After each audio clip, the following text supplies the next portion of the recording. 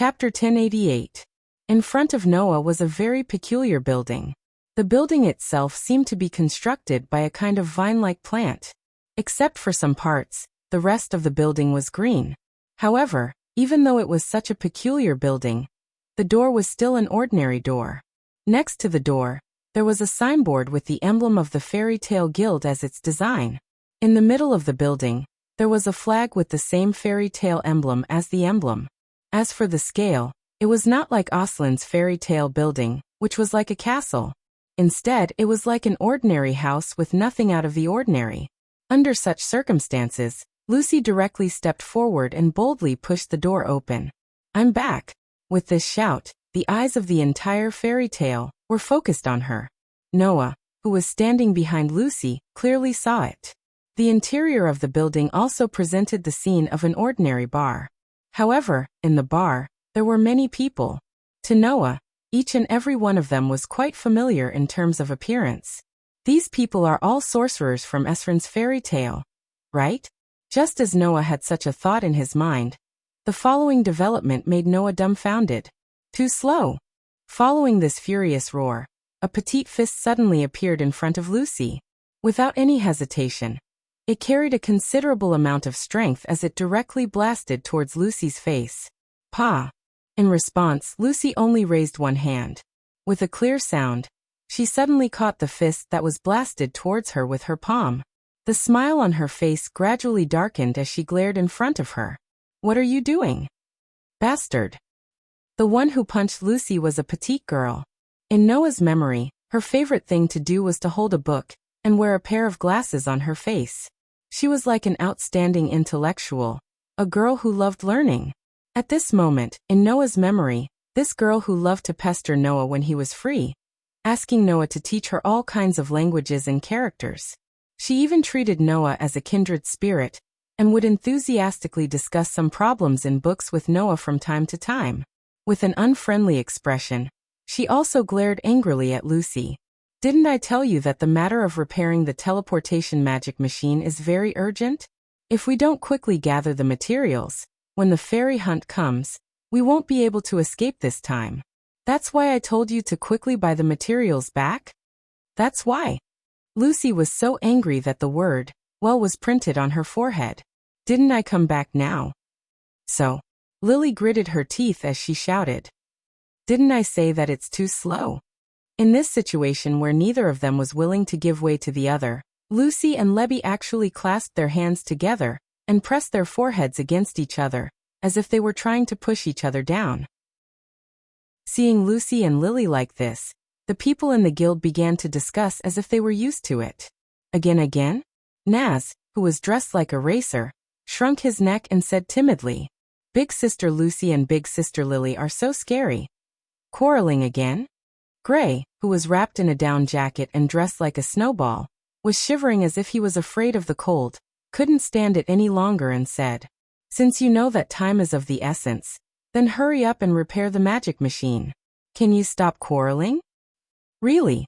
Kana, who wore a hat on her head and looked like a virtuous young lady, cupped her cheek and spoke with a gentle tone. "But this is also a sign that Lucy and Lily have a good relationship, isn't it? Is that really the case?" Elfman, who had a hairstyle that made him look like an honest man, stole a glance at Lucy and Lebby who were wrestling. Then like Naz he shrunk his head. "Actually, I feel the same as Naz. I think that Lucy and Lily are really scary." After hearing the words of the cowardly Naz, the cold Gray, the gentle Kana, and the honest Elfman, a young girl in her 20s sighed. She had one hand on her waist as she combed her long, sky-blue hair that reached her waist. "It doesn't matter. Can any of you go and stop them?" Unfortunately, this sentence made everyone except Kana shiver down their spines. They shook their heads with all their might. Elfman's eyes even started to water up. He looked pitiful as if he was about to cry at any moment. It was obvious that Naz, Gray, and Elfman were extremely afraid of Lucy and Lily. The corner of Noah's eyes kept twitching as he witnessed this scene from outside the door of Fairy Tale. Ever since he saw Lucy, Noah felt that the personalities of his fairy tale companions in this world should be different from the ones he knew. But isn't this difference a little too thorough? That playful and cute Lily is so strong and fierce here? That Naz who was clamoring for a duel every day is so timid and cowardly here? That Gray who took off his clothes instinctively doesn't feel hot wearing so much here? That Kana who drank wine like drinking water is so virtuous and gentle here? This isn't just a little different, it's a complete reversal, isn't it? What made Noah even more confused was the following conversation between Kana and the mature girl with sky-blue waist-length hair. That's true, but aren't you going to stop them? Kana looked at the other party. Wendy. The girl who was called Wendy by Kana was definitely not young. The girl in her prime was distressed for a moment and could only nod helplessly. There's really no other way. Hearing this, Noah's mouth twitched. Wendy. She's Wendy? The Wendy who was always around him calling him brother?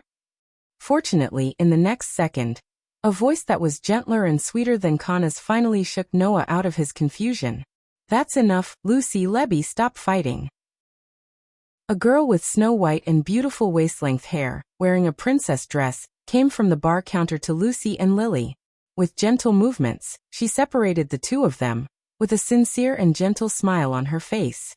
The most important thing now is to fix the teleportation magic machine.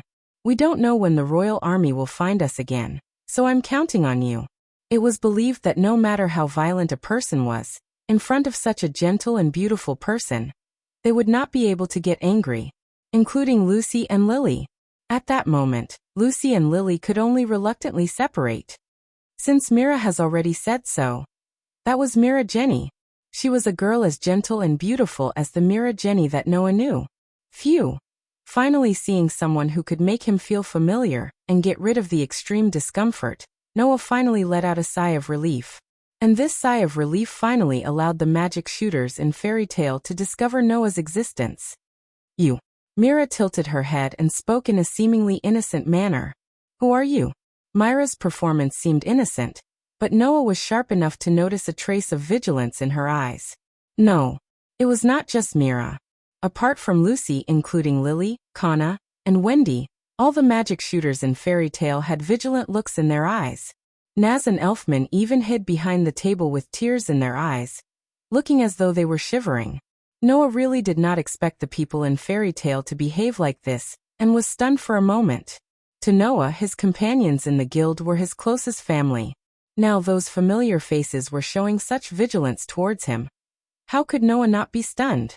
In response, Lucy only snorted coldly and said such a sentence. Can't help it. Who asked us to be the Dark Guild? Chapter 1089. In Edras, although the way magic was used and existed was different from that of Aslan, since magic existed, then there were also sorcerers who could use magic. And since there were sorcerers, then there was also the existence of the Magic Guide Guild.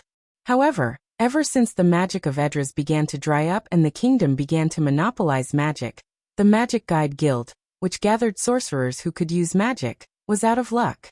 The kingdom strictly forbade anyone from privately possessing magic, and in order to monopolize magic, forced the disbandment of the Magic Guide Guild in the world in an attempt to make all sorcerers who could use magic disappear. In the beginning, this kind of tyrannical behavior naturally attracted the resistance of many Magic Guide Guild members. However, the kingdom was in existence that ruled this world. Moreover, it was an existence that could unreasonably monopolize magic and magic.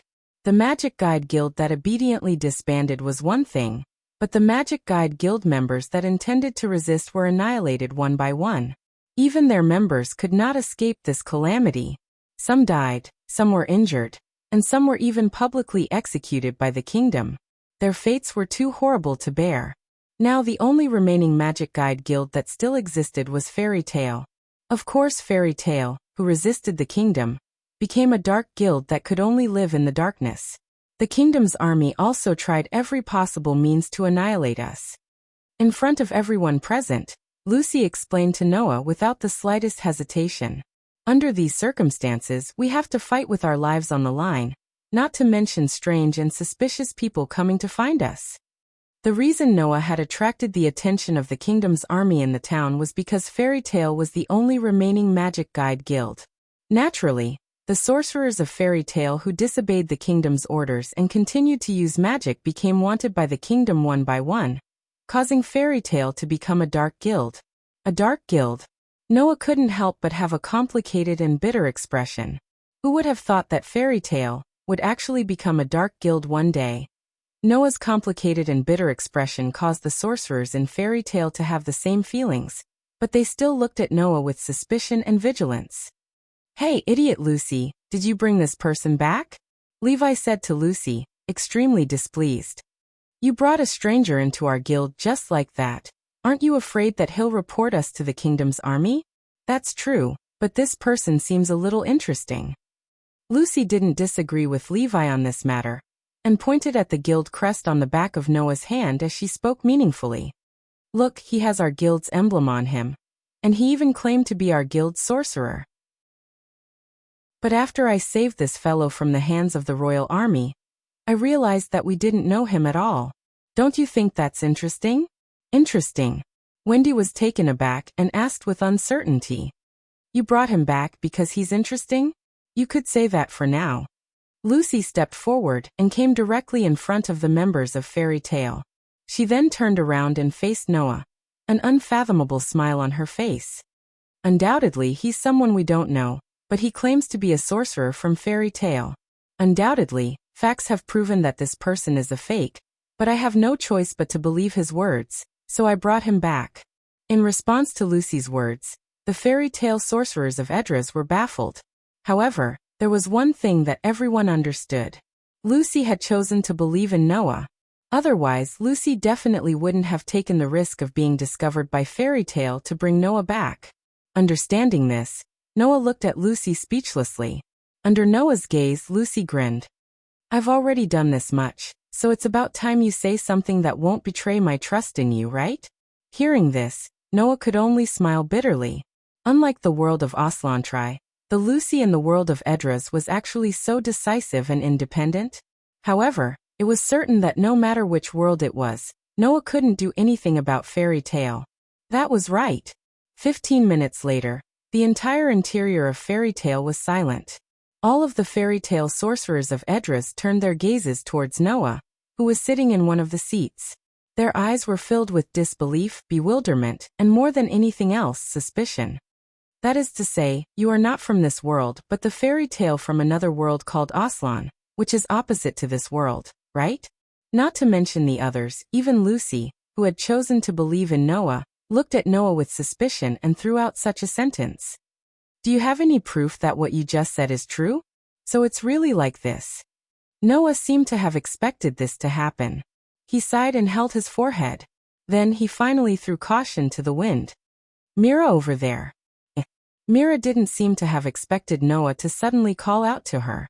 She looked around blankly and pointed to herself. "Are you calling me?"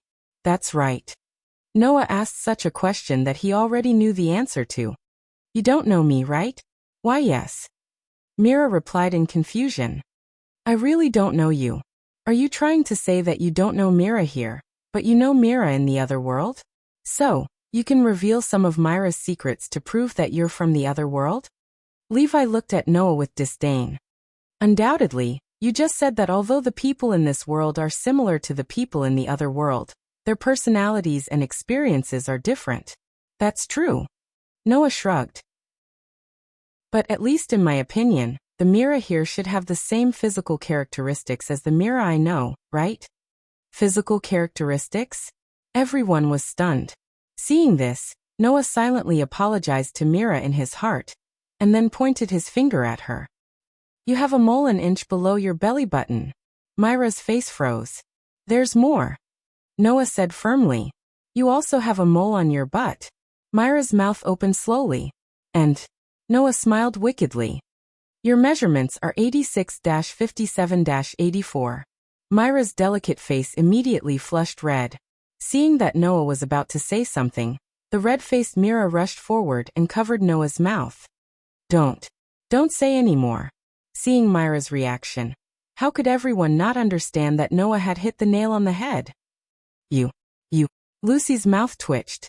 "Why do you know so much about Myra's physical characteristics?" At this moment, everyone present looked as if they were looking at a criminal suspect. The eyes of the female camp's companions turned cold, while the eyes of the male camp's companions turned into envy and jealousy. What are you thinking? Noah quickly asked. In the other world, Mira is my fiancé. That's why I know all this. Fiancé. Everyone exclaimed in shock. Even Mira looked at Noah in a daze. After a while she spoke in surprise. In the other world, I'm your fiancé? Noah couldn't help but smile. It's the real deal. Perhaps Mira saw something in Noah's eyes and expression, but she fell silent. Noah heaved a sigh of relief. Fortunately, the two Miris had the same physical characteristics. If they were the same as Wendy, the difference would be huge. Chapter 1090. After a short conversation, the members of Fairy Tale did not fully believe Noah's words, but at the very least, they were half convinced. If it had been any other modern world, it would not have been so easy to believe that he came from another world. However, the world of Fairy Tale was a world where magic prevailed. In a situation where magic itself represented inconceivable phenomena, the people of this world who fully understood magic would naturally not find it that hard to accept the existence of another world. After explaining his purpose for coming to this world to the people of Fairy Tale, Noah finally got to the point. So, I want to go to the royal capital. Can you tell me how to get there? That one sentence caused everyone to fall silent. After a long time, Lucy sighed and said so. Even though you're not one of us, you're still another member of Fairy Tale. Logically speaking, it wouldn't matter if we helped you with such a small favor, but we still have to advise you to give up. Lucy's words caused the silent atmosphere to become oppressive. On the other hand, Noah himself looked at Lucy without any surprise. Because of the kingdom? In this world, the entire world of Edras was ruled by a single kingdom. The kingdom had the ability to rule the entire world, and had the ability to send troops to guard every city and town to prevent the private use of magic. It was easy to imagine the extent of its influence and strength. To put it bluntly, going against a kingdom like this was no different than going against the entire world. It was obvious how small the chances of success were. Not to mention, your goal is not only the kingdom, but also the kingdom of the Surpassers. Lucy showed a fearful expression for the first time. That is the race of angels ruled by God. They control the existence of all humans. If you do this, there is no doubt that you are going against both God and humans. Moreover, in the kingdom's army, apart from normal soldiers, there are also magical forces. Levi also showed a fearful expression. Right now, the magic of the entire world is monopolized by the kingdom. The magical forces of the kingdom are equipped with magic. Even if you can use magic, you have no chance of winning against such a large number of magical forces. Although the people around them did not say anything, their expressions were the same as Lucy and Levi. They did not have high hopes for Noah. That was only natural. On one side, there was a person. On the other side, there was a kingdom that had the ability to rule the entire world, and a race that had the ability to control humans. No matter who it was, they did not think that the former had a chance of winning. In response, Noah said indifferently, "Don't worry. You just need to tell me how to get to the royal capital. I will think of a way to solve the rest." Seeing that Noah didn't have any intention of giving up, the entire Fairy Tale sorcerer couldn't help but be startled. "You should just give up." Mira couldn't help but say. "Don't you have an engagement with my other self? If something happens to you, she will be sad." "No, you are wrong." Noah looked straight at Mira and said, "Because I am here to protect my companions and the guild. Therefore Mira will only be happy, not sad." Mira opened her mouth, but she was speechless. Just as the atmosphere became more and more oppressive, Noah, with his outstanding sensing ability, suddenly felt a ferocious aura coming towards the entire Fairy Tale like a meteorite. At that moment, Noah's gaze turned cold and he spoke without hesitation. "Be careful." Before he could finish his words, an indescribable impact acted on the entire Fairy Tale. Dong. Accompanied by a rumbling sound, the entire Fairy Tale shook violently as if it had been struck by something ferocious. Woo woo woo woo. Caught off guard, almost no one reacted in time, causing the entire Fairy Tale to tremble up and down like an earthquake, causing many people to fall to the ground and cry out in alarm. Woo woo. In the next second, A low growl sounded from outside the fairy tale. It was not the cry of a human. It was the cry of a magical beast. Hearing this cry, the people present seemed to know something and their expressions changed abruptly. Not good. It's the royal army. No. It should be called fairy hunt. The fairy hunt is here. The entire fairy tale immediately panicked. Even Lucy, Ruby, Wendy, Mira, and the others turned pale. Stupid Lebby! Lucy yelled out. Teleport. Quickly teleport. No. I can't. Ruby's face was ashen. Because you idiot suddenly brought someone from another world. I haven't even repaired the magic machine, and can't activate the teleportation array to escape.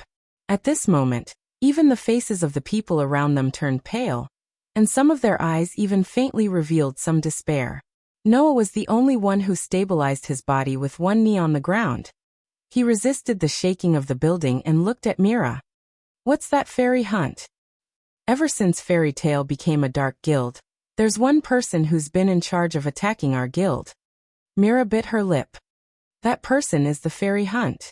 Because he had always been targeting Fairy Tale, that person was given a nickname. The fairy hunt. In this world, Fairy Tale was the enemy that she was most afraid of and hated the most. Boom.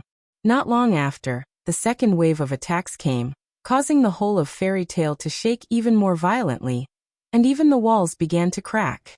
No. Lucy gritted her teeth and took out the handle of the long whip from her waist. If this continues, we will all be annihilated. Lucy. Wendy said in surprise. Don't tell me you want to go out and fight? If we don't fight, we will die. Lucy said with a face full of determination. If we must die, then of course I will fight to the end.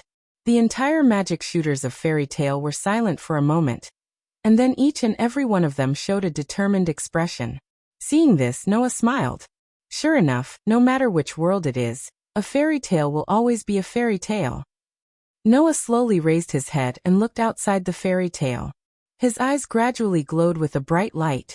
Although it's not my fairy tale, it's not someone else's turn to destroy it just like that.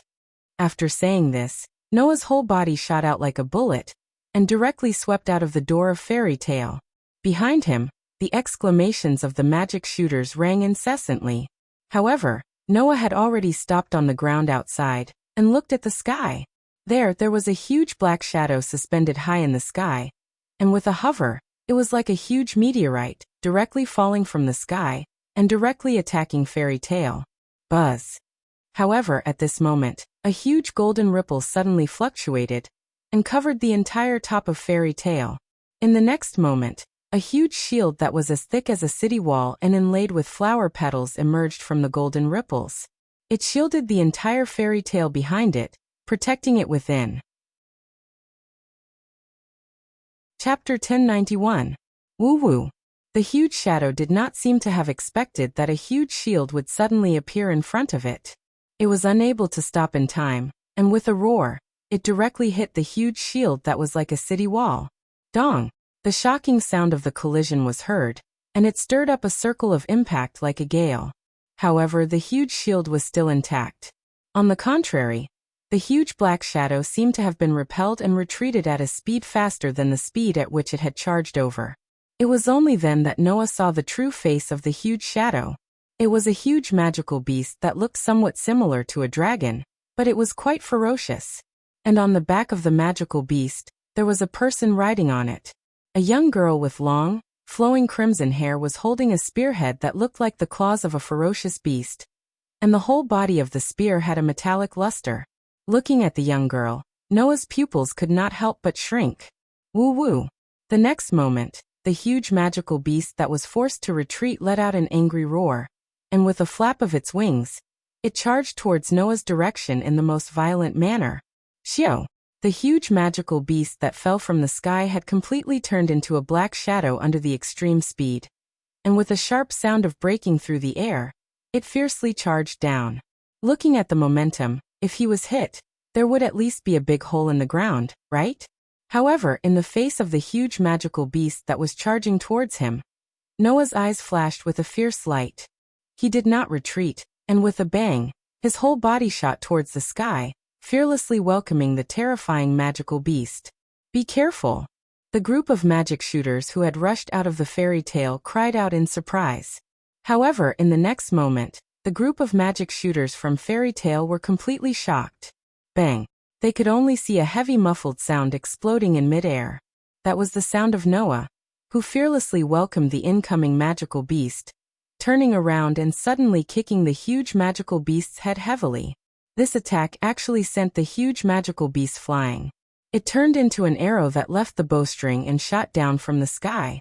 With a loud bang, it smashed into the ground, stirring up a thick layer of gravel and sand that covered its entire body. It was only for a moment. It was only one blow.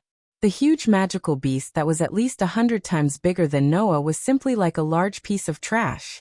It was kicked away by Noah and smashed onto the ground. It was estimated that if it did not die, it would not be able to stand up for a while. Faced with this, Noah's expression did not change at all. Instead, he suddenly raised his head and clenched his fist. Amidst the whistling sound of the wind, he threw out a punch. Chi! Almost at the same time, a figure suddenly flashed in front of Noah. The spearhead in his hand was like the sharp claws of a ferocious beast, and with a shake, it turned into a black ray that pierced through the air and directly pierced towards Noah's direction. Clang! When the fist and the spear collided, it actually gave rise to a sound of metal clashing, setting off a strong shockwave that shook the two figures in the air away. Following gravity, they steadily landed on the ground on both sides of the ground in front of the huge magic beast that was stirred up by the huge magic beast, facing each other from a distance. From the moment Noah rushed out of fairy tale, blocked the huge magical beast's attack, kicked the huge magical beast away, and exchanged blows with the person riding the huge magical beast, the whole process did not even take 30 seconds. However, in this short period of less than 30 seconds, the group of magic shooters who had originally planned to risk their lives for fairy tale were all speechless as they watched the scene in front of them, and fell into an indescribable silence. Noah didn't even look at the group of magic shooters from fairy tale. Instead, he stared straight at the crimson figure opposite him. After a while, he muttered helplessly and unhappily, "You're right, fairy tale. You're right. So that's how it is. Is this the role you play in Edris?" This kind of muttering was not heard by the beautiful crimson-haired girl. However, even if she heard it, the other party would probably not pay much attention to it, right? Because the positions of the two had already determined many things. "This is really surprising." Saying this, the crimson-haired girl cast an ice-cold gaze towards Noah. There was no emotion in it. Fairy tale, who used to only know how to run away, actually chose to fight today? Pretty gutsy, isn't it? Gutsy, Noah said coldly. Only the weak would need gutsy to challenge the strong, right? Oh, the crimson-haired girl smiled, but that smile of hers was incredibly cold. In other words, you think you are stronger than me? Whether I am strong or not is not something that can be proven with words. Noah slowly extended his hand, and with a flip of his hand, a small silver sword appeared in his hand and pointed it towards the girl. "Prove it with your strength." "Well said." The crimson-haired girl raised the pike in her hand and slowly arched her body like a beast preparing to pounce on its prey. A murderous glint appeared in her eyes. "Let me see what you can prove to me." The leader of the Second Magical Strike Legion, Alusha Netwoka, with that toy in your hand. After those words, the crimson-haired girl, Alusha, clenched her fist.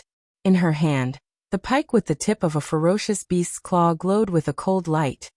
Bang!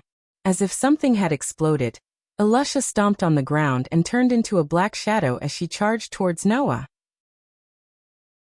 In her hand, the pike glowed with a cold light. Wherever it passed, even space itself seemed to glow with a cold light. Whoosh!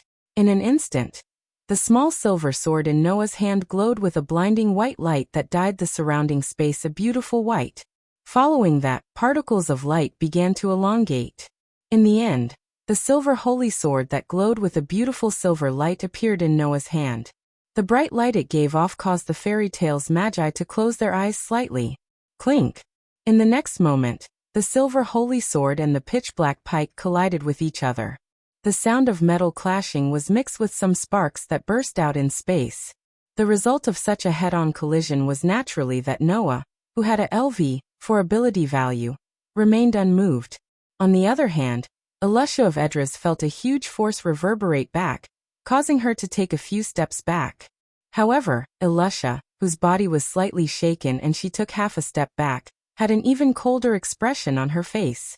She immediately rushed forward again, the pike in her hand glowing with a cold light. Like a venomous snake hidden in the shadows, she mercilessly bit towards Noah's direction. Looking at the pike that repeatedly pierced towards him and turned into a rain of pike lights, Noah's eyes flickered. Elisha was Noah's childhood sweetheart. The two grew up together. They ate together. They trained together. They worked together. They even bathed together. When it came to relationships, Noah and Elisha were well known in the entire fairy tale. Although the Elisha in front of him was not the Elisha Noah knew, Noah's heart gradually turned cold when he saw Elisha looking at him with a cold gaze as if she was looking at a dead person. At that moment, Noah's arm trembled slightly, but he did not retreat in the slightest. He directly brandished his sword and faced Elisha. In the arena, the brilliant white light and the cold black light each occupied half of the space. Clang, clang, clang, clang. The silver-colored sacred sword flashed past in perfect arcs as it repeatedly collided with the long spear that stirred up waves of cold glints. Waves of sparks were set off as clear and crisp sounds of collision resounded. This caused the vigorous forces to collide in the arena. Waves of shockwaves erupted as they transformed into ripples that continuously spread out. Chapter 1092. Clang, clang, clang, clang, clang. Sword light and spear light crisscrossed. Like a beautiful crescent moon, the scars of the holy sword repeatedly danced in the air. Like a cold viper, the light of the iron spear repeatedly flashed in the air. Sword and spear unceasingly collided in this way. Every time they intersected, a wave of sparks would be created, arousing the sound of swords and halberds, making the most intense battle look like a dance, extremely pleasing to the eye. No. Accurately speaking, there was only one person in the middle of the dance. Clang, clang, clang, clang, clang. He didn't rely on his outstanding physical ability, nor did he use any complicated stratagem. The elf user with the silver holy sword had his eyes closed, as if he couldn't see anything. It was as if he was facing off against an invisible opponent. His entire body seemed to be dancing, taking advantage of the strong wind created by the weapons clashing against each other. Dancing gracefully. Every time he danced, that otherworldly figure would create a beautiful slash that tugged at everyone's heartstrings. Every time he waved, that glittering silver holy sword would create a dazzling trajectory, repeatedly colliding with the iron spear that was thrusting violently, creating a crisp sound of collision. If it was said that Elisha, holding the iron spear, mercilessly thrusting at Noah, was a bee, then Noah, holding the holy sword, using the beautiful sword light to deflect the incoming spear, was a butterfly. Even if he didn't have sufficient killing power like a bee, the dancing butterfly could still calmly flutter in the face of danger, blooming with the radiance of life. And following its master's kind and pleasing sword strike, that glittering silver holy sword's radiance became even more dazzling, causing the following slashes to become faster, fiercer, and more turbulent. That was also natural. Originally, the sword dance of the elf envoy existed to stimulate the strength of the contracted elf. Under that pleasing sword dance, the highest grade elf equipment named Demon Slayer gradually began to display its strength, causing the aggressive Elisha to be unable to resist and fall back, falling into a disadvantageous position. This made Elisha's ice-cold face flash with a trace of anger, holding the pitch-black iron spear in her hand, directly aiming at Noah's chest. Clang! Of course, such an obvious attack would not be able to do anything. It was directly deflected by the beautiful sword light that came head-on. This time, Elisha finally couldn't help but be repelled by the shockwave, involuntarily retreated several steps, and actually began to gasp for breath. Noah, as if he didn't see anything, still closed his eyes still, holding the silver holy sword, facing Elisha. Looking at Noah, who appeared to be extremely skillful, Elisha took a deep breath and coldly said, "You do have some ability, no wonder your tone is so arrogant. However, This sentence was only exchanged with Noah's indifferent words. Is that so? But I haven't shown my true ability yet. Alusha's eyes flashed with a trace of sharpness, and coldly laughed, no longer saying anything. The iron spear in her hand suddenly vibrated, and a burst of light suddenly burst out. Although his eyes were closed, his outstanding perception allowed Noah to feel a surge of magic from Alusha's iron spear. Without a doubt, Alusha was preparing to use Edra's magic. Following the burst of light on Alusha's iron spear, the pitch-black iron spear suddenly changed shape at the same time. A scorching hot wind began to swirl around the completely deformed iron spear, dyeing the spearhead a fiery red like a soldering iron. I'd like to see if you really have such ability. Leaving such a sentence, Alusha held up the fiery red spear, stamped her feet on the ground, and her body turned into a crimson shadow, shooting out like a ghost. As Alusha's figure shot out, an astonishingly high temperature rapidly condensed on the fiery red spear in her hand. In the end, it faintly formed a circle of flames condensed from demonic power. Feeling that astonishing heat, Noah didn't have the slightest doubt. If he was hit by Alusha's next attack, even with the LV, for durability bonus, his skin would still be burnt black, right? However, facing the hot wind from Alusha's fiery red spear that had already pounced on Noah's face, Noah opened his eyes. His pitch-black eyes flashed, and the arm that was tightly holding the holy sword trembled slightly. A rich divine aura surged out from his arm, instilling into it, causing the elven magic equipment named Demon Slayer to blossom with a dazzling light. I'll let you experience the true power of my 10 Commandments spear. A cold shout came from Alusha's mouth as she rushed over. Bursting spear. In the next second, the spear that was covered by the dense fiery red-hot wind, as if it had suddenly pierced through the void, bringing along an astonishing heat as it violently swept out. As the fiery red spear swept out, one could only see that the space around the spear had become slightly distorted. The blazing heat even roasted the ground until it was like the dead wood in the desert, completely charred black. The scorching flames illuminated Noah's expressionless face. Under the gaze of everyone present, Noah only slowly raised the Demon Slayer, that was shining with boundless radiance. Just like before, he swung it out to meet the terrifying spear with neither light nor heavy force. Stupid. Alusha's eyes finally flashed with killing intent, but the strength in her hand didn't decrease, but instead increased. Immediately, the shockingly powerful spear streaked through the air, and collided head-on with the ordinary sword that was neither light nor heavy. Rumble. Just at the moment when the silver holy sword and the fiery red spear came into contact, a dull explosion instantly sounded. The fiery red-hot wind that had gathered at the tip of Alusha's spear actually exploded, causing an astonishing explosion from the point of contact. It was like a ripple that spread in all directions, covering Noah's body within it. However, before Alusha could reveal a victorious smile, the explosion that covered Noah suddenly stagnated. Suddenly, like a whirlpool, it condensed in one direction.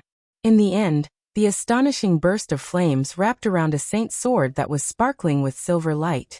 Like a flaming tornado, a terrifying flame rose up. Wah! Alusha's face changed drastically. Then, a voice that seemed to be far away reverberated from the thick flames. Absolute sword technique. Form 4 flame slash. The holy sword that carried the terrifying flaming tornado suddenly exploded, like a meteor falling from the sky. Under the gaze of Alusha's shrunken pupils, it heavily slashed down. Dong. This time, it was the shining silver holy sword's turn to explode with terrifying flames when it landed on Alusha's body. It set off an astonishing explosion, covering Alusha's entire body within, shaking her in all directions. Not long after, in the scorching flames, Alusha, whose entire body was emitting light smoke, was like a kite with a broken string. Her body flew out from the flames and landed heavily on the ground. After rolling a few times, she finally stopped and laid there, no longer moving. The whole place was dead silent. Witnessing the moment when Alusha was defeated with their own eyes, the entire fairy tale was stunned on the spot, unable to react. It's a lie, right? Lucy muttered. That guy defeated the fairy hunter? Why was Alusha called the fairy hunter? It was because Alusha had always been chasing after Fairy Tale. Until now, Who knows how many fairy tale magic shooters she had annihilated? To fairy tale, Alusha was like a natural enemy. Sooner or later they would all obediently become prey in her hands. Now this natural enemy of fairy tale was suddenly defeated, to the extent that everyone in fairy tale was stunned on the spot. Chapter 1093. Whoosh! A whistling gale suddenly blew up, blowing away the explosive flames and sand that had filled the empty space in front of the fairy tale, causing the ground that was slightly charred and more or less cracked to be clearly displayed in front of everyone. In the field, Noah looked at Alusha, who was sprawled on the ground, not moving at all. He held the demon slayer tightly, and felt the dense divine energy flowing within it as he muttered to himself. Aster, are you okay? Just as he finished speaking, Aster's voice sounded in Noah's mind. It's okay, Master.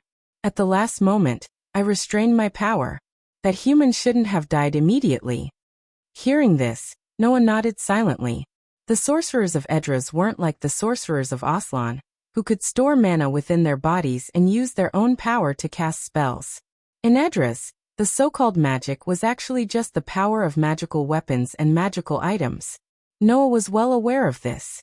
Originally, he thought that there would be a difference in strength between Azran's and Edras's sorcerers, even if they were on the same level.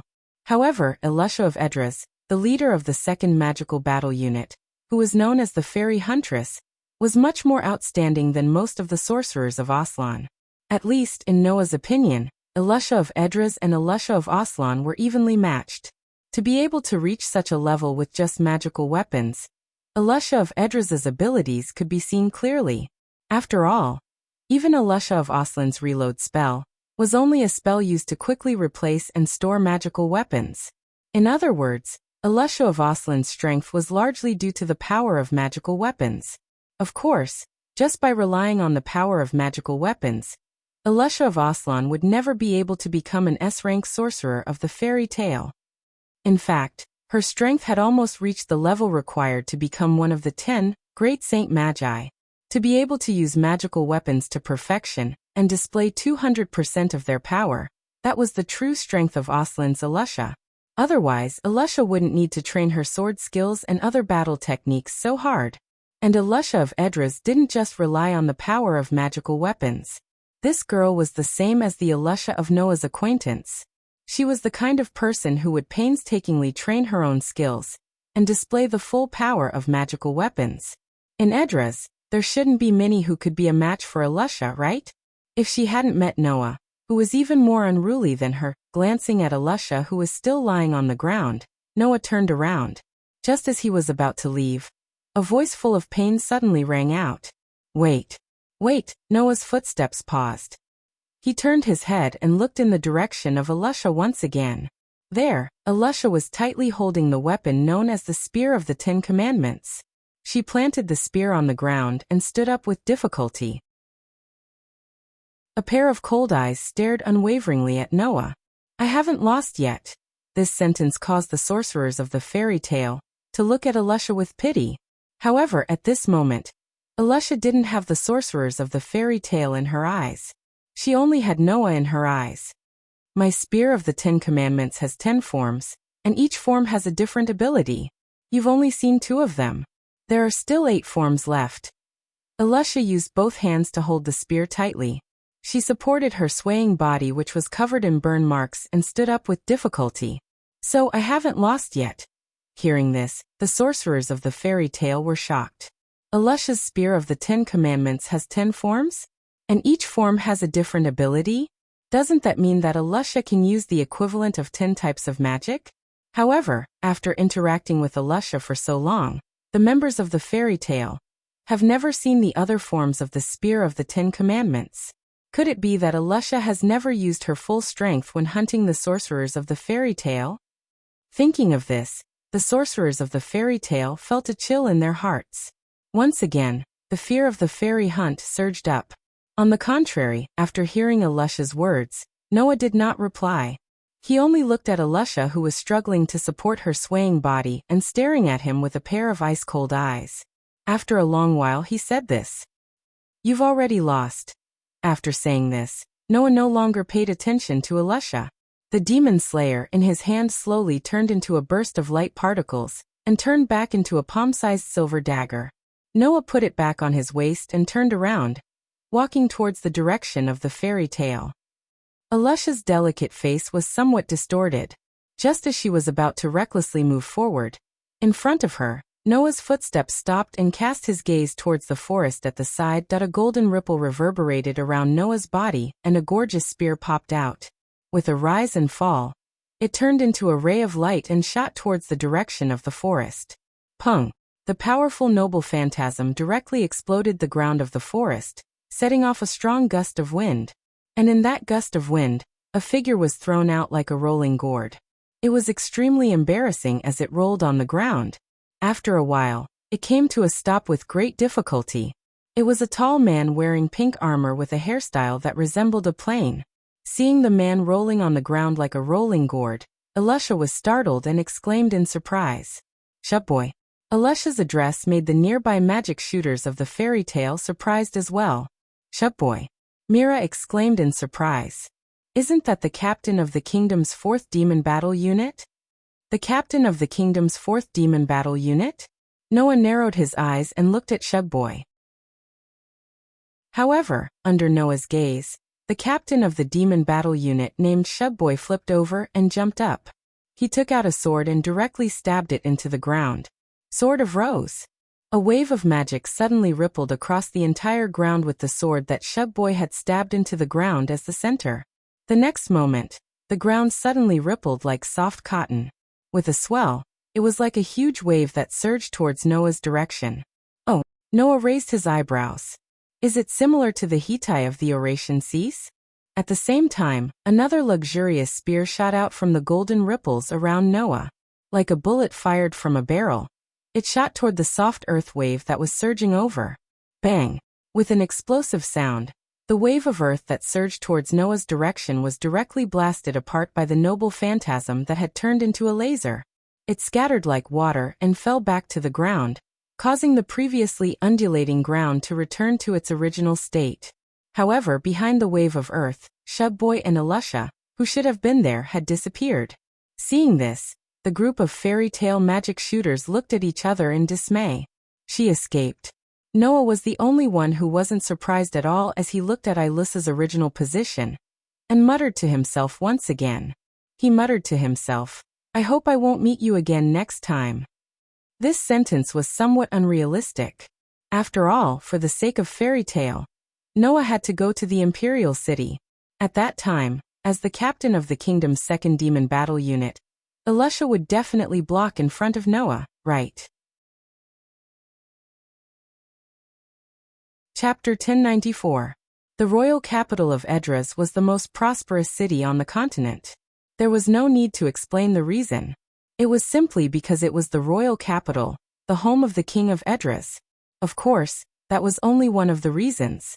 The reason why the royal capital of Edras was so prosperous was because the king lived there. The other reason was because of an island floating in the air above the royal capital. Extania. It was the place where the humans of Edras lived under the rule of the self-proclaimed goddess, the angel race, or surpassers. This island, which was like a shrine to Edras, floated in the air above the royal capital of Edras. That was why the royal capital of Edras had no choice but to be prosperous, since it was located below the island where the goddess lived. Perhaps it was because of this that the city under Extania was chosen to be the capital of the kingdom. Apart from those two reasons, there was another reason why the royal capital had become the most prosperous city in Edras. Under the king's strict ban on the use of private magic, only the royal capital was allowed to use magic in public in the entire Edras. The reason was that the king needed the support of his people. To win the support of his people, the king of Edras allowed the citizens of the royal capital to use magic. How should one put it? The hypocritical and dictatorial side of the royal capital was on full display. At this time, in the center of the huge palace in the capital, in an extremely vast and luxurious hall, there was a white-haired and white-bearded old man sitting on the throne. He was around 70 or 80 years old, with a crown on his head and a scepter in his hand, which represented his authority, sat with his eyes closed. That was the king of Edras, Faust. Below the throne, There were two people kneeling side by side on one knee. One of them was a youth around 17 or 18 years old. The other was a burly young man in his 20s, covered in black fur, and with a face like that of a leopard. However, no matter if it was a human or a cat, at this moment, they were all facing the king, who was sitting with his eyes closed. They lowered their heads submissively, not even daring to breathe loudly. There was no other reason. While there didn't seem to be anything out of the ordinary, the sinister atmosphere in the hall showed that the King of Faust was enraged. Moreover, it was the kind that was filled with rage. Failed. Faust's voice was filled with suppressed rage. How many times have I failed? After saying this, Faust slowly opened his eyes and roared furiously. Undoubtedly, the anima worked well this time and should have been successfully activated. But why didn't the successful anima send Aslan's magic back? Kneeling on one knee on the ground, the man and the cat lowered their heads and closed their eyes, silently enduring the king's fury. There was no other way. From Faust's monopolization of magic, one could see how selfish this king was. If he were to bump into the enemy's muzzle at this time, even if he didn't die a horrible death, his end wouldn't be good either. Even under such circumstances, Faust was still angrily shouting.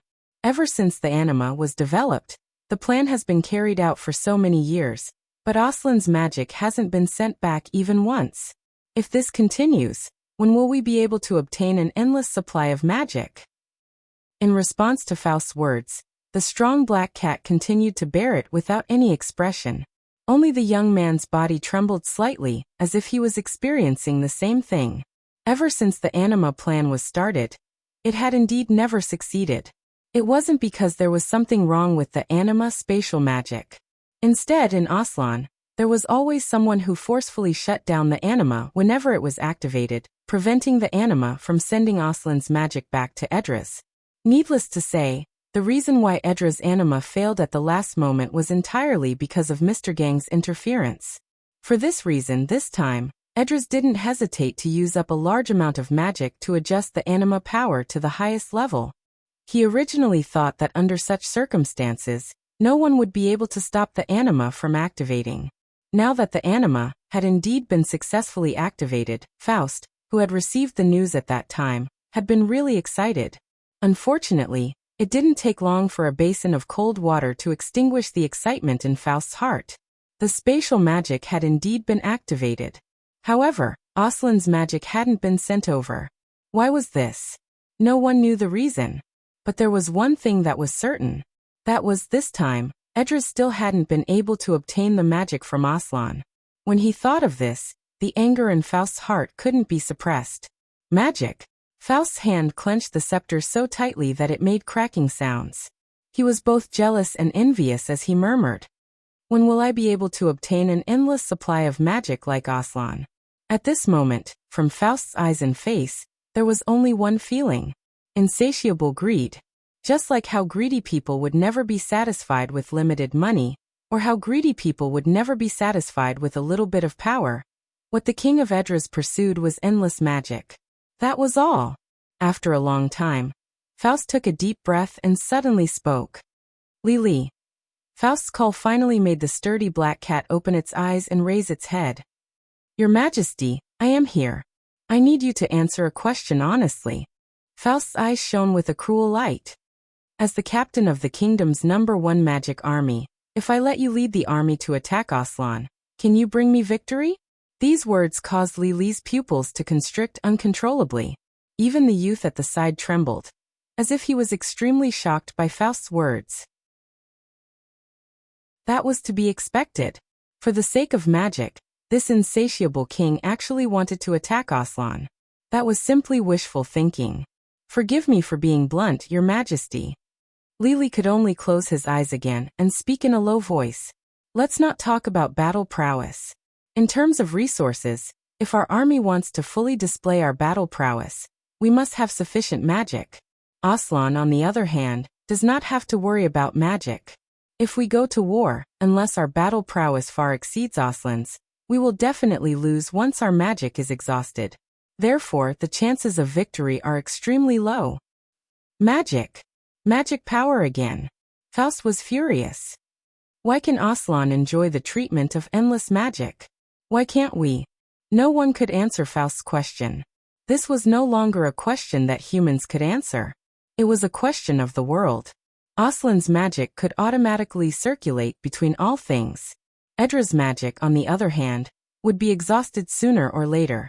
This was the difference between the two worlds, and also the fundamental difference between the two worlds. In the face of the world's decision, the power of humans was pitifully meager. "Get out!" Faust roared as if he had gone mad. "All of you get out!" Lili and the youth could only silently retreat. Even after they had left the royal hall, they could still hear Faust's angry roars from within the door. Phew! The youth wiped the cold sweat off his forehead, his face bitter. "I can't believe you're still so calm, Lili. Aren't you usually very long-winded?" Zeus. Lili glanced at the youth. "I thought you'd be long-winded in front of His Majesty again." "I'm not an idiot." The youth named Zeus was speechless. "Long-winded in that situation? Then I'd definitely be dragged out and beheaded in public." Hearing this, Lili wanted to say something, but his eyes suddenly froze, and he looked ahead. "What's wrong?" Zeus looked over in confusion, and then his face froze. In the corridor ahead, two people were walking over shakily. One of them was Shugboy, whose armor had become dirty. The other was Alusha, whose entire body was covered in scorch marks. "You," Zeus said in shock. "You," ignoring Zeus, Alusha went directly in front of Lili, raised her head, and looked at Lili. Her cold voice sounded. "I need your help." Chapter 1095. On a wide rocky road, an Arcanatech car was speeding forward at an extremely fast speed. Even though the road was full of potholes, the Arcanatech car's speed did not slow down at all. It was like an off-road race car, madly rushing forward. Yoho! In the driver's seat of the Arcanatech car, Naz, who was wearing a pair of goggles and acting like a complete submissive in Fairy Tale, seemed to have been injected with some highly effective stimulant. Not only did he not have a cowardly expression, but he also turned the steering wheel very wildly. His skills were quite superb. This scene made Noah, who was sitting in the back, twitch the corner of his eyes. Originally, Noah had thought that the biggest difference between Aslan's Naz and Edra's Naz was that one was daring and the other was timid and cowardly. Now it seemed that the most fundamental difference between the Naz of the two worlds was their adaptation to transportation. No matter what kind of transportation Aslan's Naz took, he would immediately get carsick. But Edra's Naz not only did not have carsick at all, it seemed that his adaptation to transportation was frighteningly strong. At least, Noah was frightened. "The hell are you scared?" Lucy, who was sitting in the back with Noah, crossed her arms and had a thought-provoking look. "Although I don't know what the Naz in Aslan's fairy tale is like, but here, although Naz is usually very timid and useless, once he gets in the car, his personality will completely become strong and excited." "I can tell." Noah was speechless for a while. After a while, he sighed and propped his arm up. He looked at the scenery outside the window that was receding at an extremely fast speed and said casually, "I can tell. Actually, you didn't have to come with us." After repelling Alyssa of Edra's, Noah originally thought that this would more or less give some confidence to Fairy Tale, who was terrified of the fairy hunt. But Noah didn't expect that Fairy Tale would be so confident. In fact, the fact that Alusha was defeated by Noah really made the sorcerers of Fairy Tale really excited. However, after the excitement, the group of magic shooters from Fairy Tale, who had calmed down, immediately panicked like ants on a hot pan. The reason was very simple.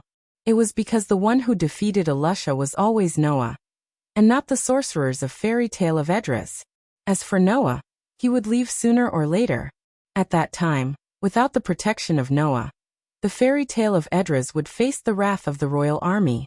It was easy to imagine what would happen to the Fairy Tale of Edra's. Hence, after calming down, the entire Fairy Tale immediately busied themselves, assisting Lebby, to repair the magic machine with teleportation function, and moving it to another foothold. Noah, on the other hand, did not make any comments about this. After all, not to mention Edra's fairy tale, even in Aslan's fairy tale, there were only a few people who could compete with Alusha.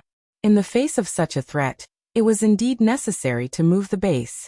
However, after Fairy Tale had repaired the magic machine and started to discuss the matter of moving the base, Noah once again made a request to go to the royal capital. This time, the sorcerers of Fairy Tale looked at each other, recalling Noah's astonishing battle prowess.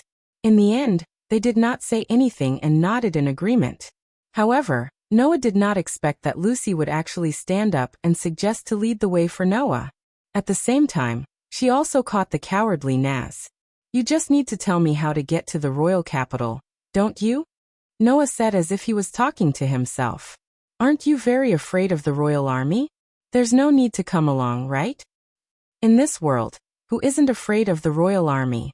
Lucy also supported her hand and looked out of the window. She and Noah seemed to be back to back, and her eyes flickered slightly. "If it's possible, I don't want to go to that city that's like hell to us. If you just want to go there for a vacation, we'll definitely give you a map without a second thought. But you're not just going there for a vacation, are you?" "So," Noah said, "what's the reason for you to come along?" The one who answered Noah's question was not Lucy but Naz.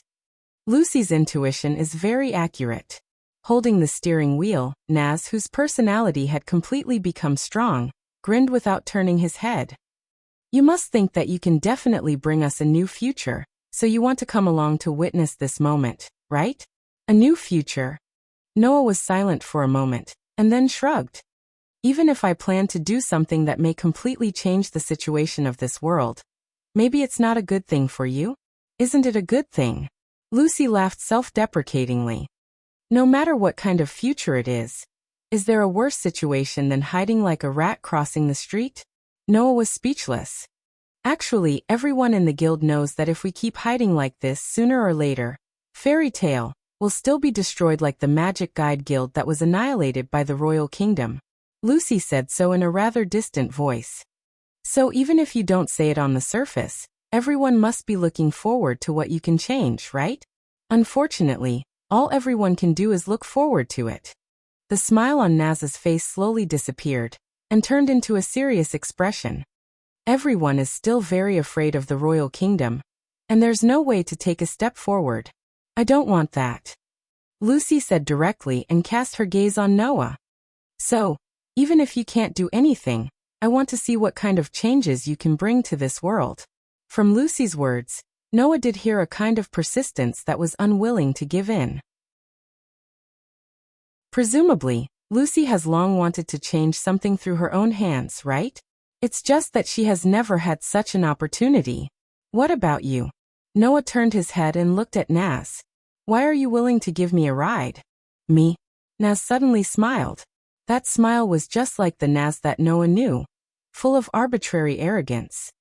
"Don't get me wrong, although I also have expectations for you, it's not as big as Lucy's.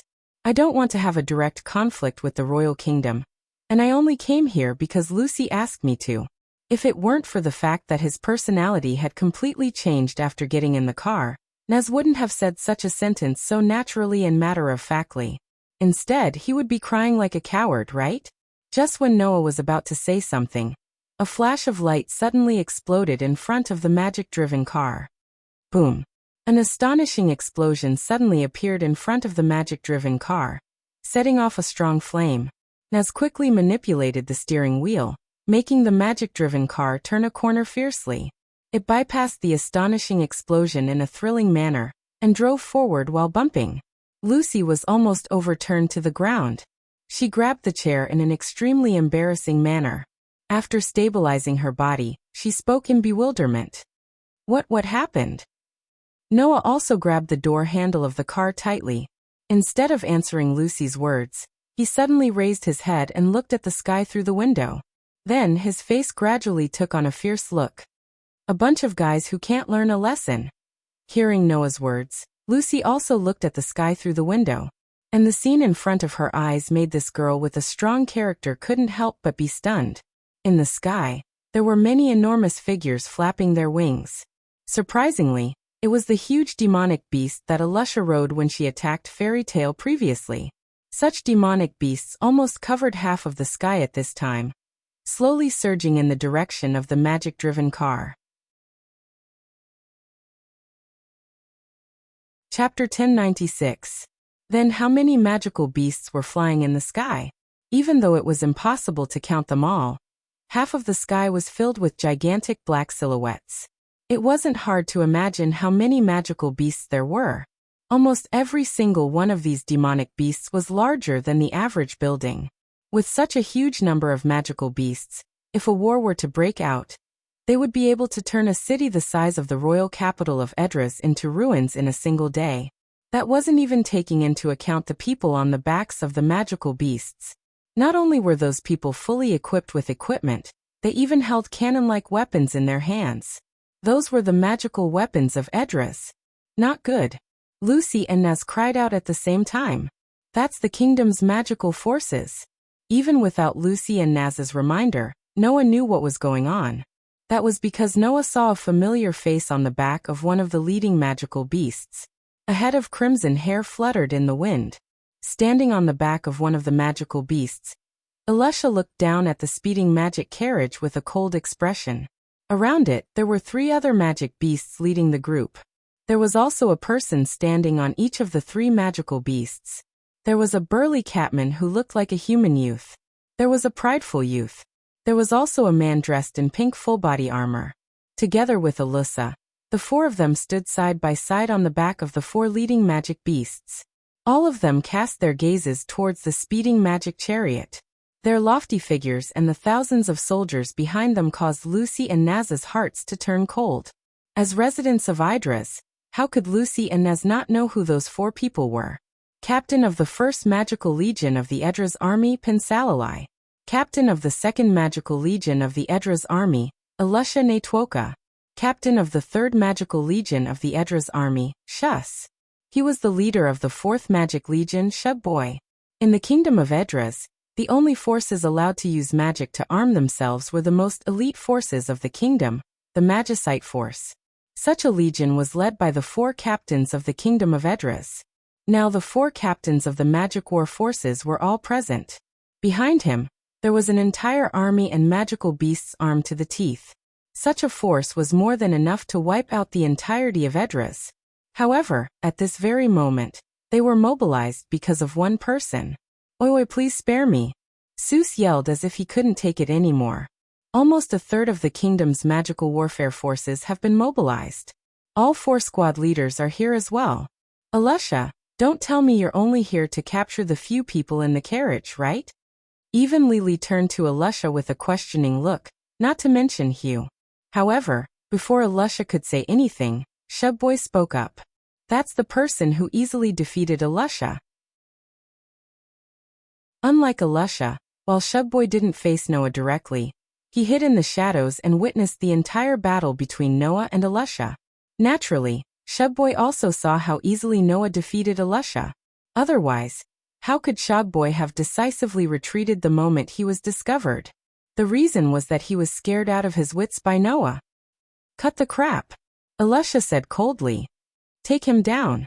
Lily and Shubboy looked at each other and nodded. Although Hugh still felt very disdainful, he still gave the order obediently. In the next moment, the soldiers of the demon war army riding on the back of the magical beasts raised the heavy cannons in their hands and aimed at the magic car below. Dense magic power gathered at the muzzles of the cannons. Are they planning to shoot us down directly? Lucy couldn't help but change her expression. What should we do? Although Nazi wasn't afraid, there was a trace of anxiety in his tone.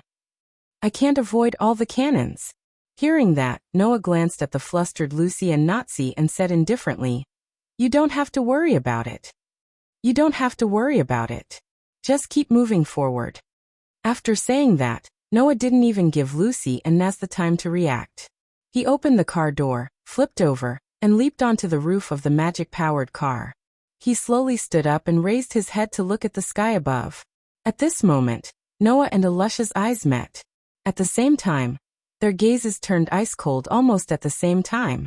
Elisha looked at Noah coldly and raised her hand. Fire! As soon as his voice fell, the demonic beasts mounted on the back of the demonic beasts raised their heavy cannons and aimed at the demonic soldiers below and pulled the triggers of the heavy cannons in their hands. Bang! Bang! Bang! Bang! The standard weapons of the magic forces of the Edras Royal Army, were similar to the magic cannons of Noah. They could only change the shape of the magic cannons and fire the lowest level of magic spells. However, compared to Noah's powerful magic cannons, the Edras Kingdom's Demon War Army's magic cannons were far too weak. In the next moment, around Noah's body, intricate diagrams appeared in the air one after another, and gathered a shocking amount of mana. Whoosh!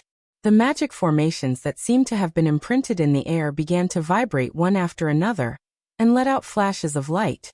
Immediately after, huge beams of light shot out from the intricate magic arrays, soared into the sky, and flew straight into the air. Alusha, Lily, Shus, Shugboy, and the rest of the Edras Kingdom's Demon War Army felt their vision being filled with blinding flashes of light. By the time their vision recovered, beams of light containing terrifying amounts of mana shot into the sky. Feeling the terrifying amount of mana contained within those beams of light, Alusha, Lily, Shus, and Shugboy's expressions changed. Then, the huge beams of light directly enveloped the incoming magic bullets, silently annihilating the overwhelming barrage of bullets. After that, the beams of light continued to shoot towards the magical beasts without slowing down in the slightest. Bang! Bang! Bang! Bang! Bang! Bang! A series of shocking explosions rang out in the air. The cries of the magical beasts echoed throughout the sky along with the cries of the Demon War Army soldiers. Not long after, in the flames that filled the entire sky, the charred and smoking magical beasts fell to the ground one after another like kites with a broken string. As for the 4 famous captains of the Edras Kingdom's Demon War Army, they were also enveloped by the flames and disappeared without a trace. In an instant, the most elite of the Edras Kingdom's Demon War Army was completely wiped out. Even though it was only a third of them. The shock in Lucy and Naz's hearts had long overwhelmed them completely. On the roof of the Arcanatech carriage, Noah looked at the flames coldly before he flipped back into the carriage and calmly said, "Let's continue forward." Lucy and Naz looked at each other in silence. The only thing that could be heard was the heavy silence as the Arcanatech carriage continued its journey towards the royal capital. At the same time, a magical beast flew out from the flames that filled the entire sky, while emitting smoke. It was in an extremely sorry state. On the back of that magical beast were 4 people. Apart from Alusha, Lily, Shus, and Shugboy. Who else could it be? Monster. Shus cried out in fear. That's a monster. Unfortunately, the monster that Theseus was talking about was slowly approaching a bustling city as the magic-powered car drove on. Don't even think about leaving. Alusha's furious roar rang out as she ordered the magical beast to give chase. Chapter 1097. In actuality, Alusha had long known that Noah would definitely come to the royal capital. That was why she, Shus, and Shugboy brought a third of the magical forces to guard the entrance to the royal capital. As for why Alusha knew that Noah would definitely go to the royal capital, the reason was simple. Alusha didn't know that Noah came from Aslan. However, in Edras, as long as one wasn't a citizen of the royal capital, one wouldn't be affected by Faust's tyranny and suffer.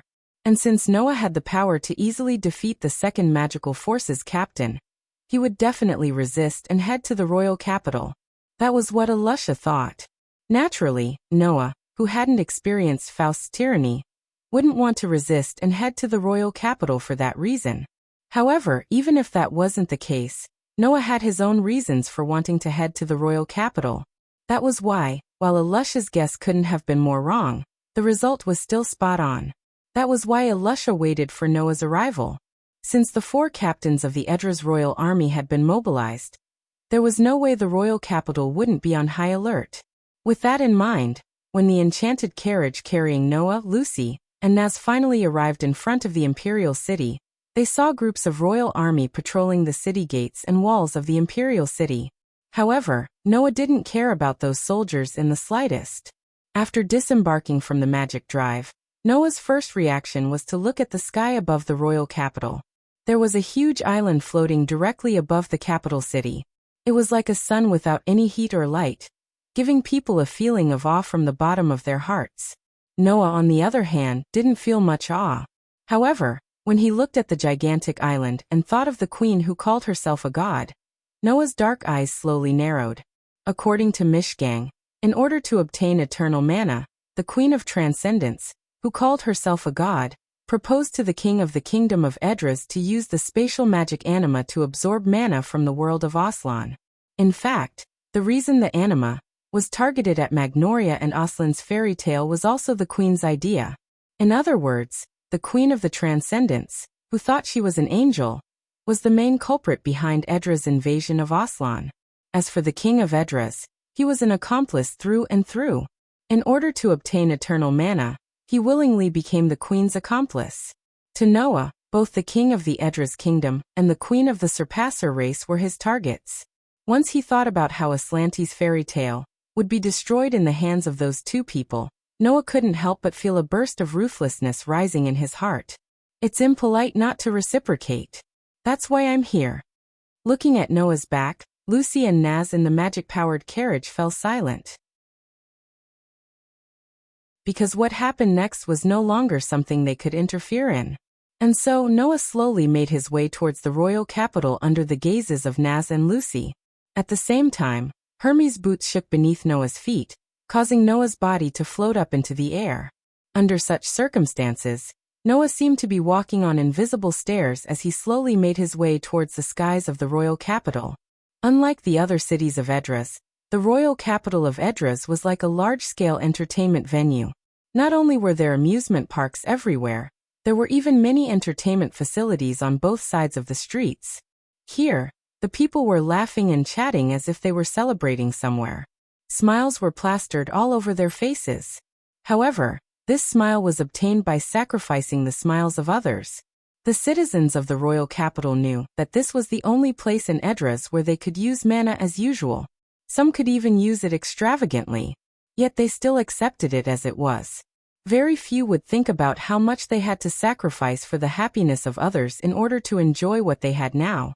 It wasn't because the citizens of the royal capital were scum who deserved to be slaughtered. That was just the bad habit of humans.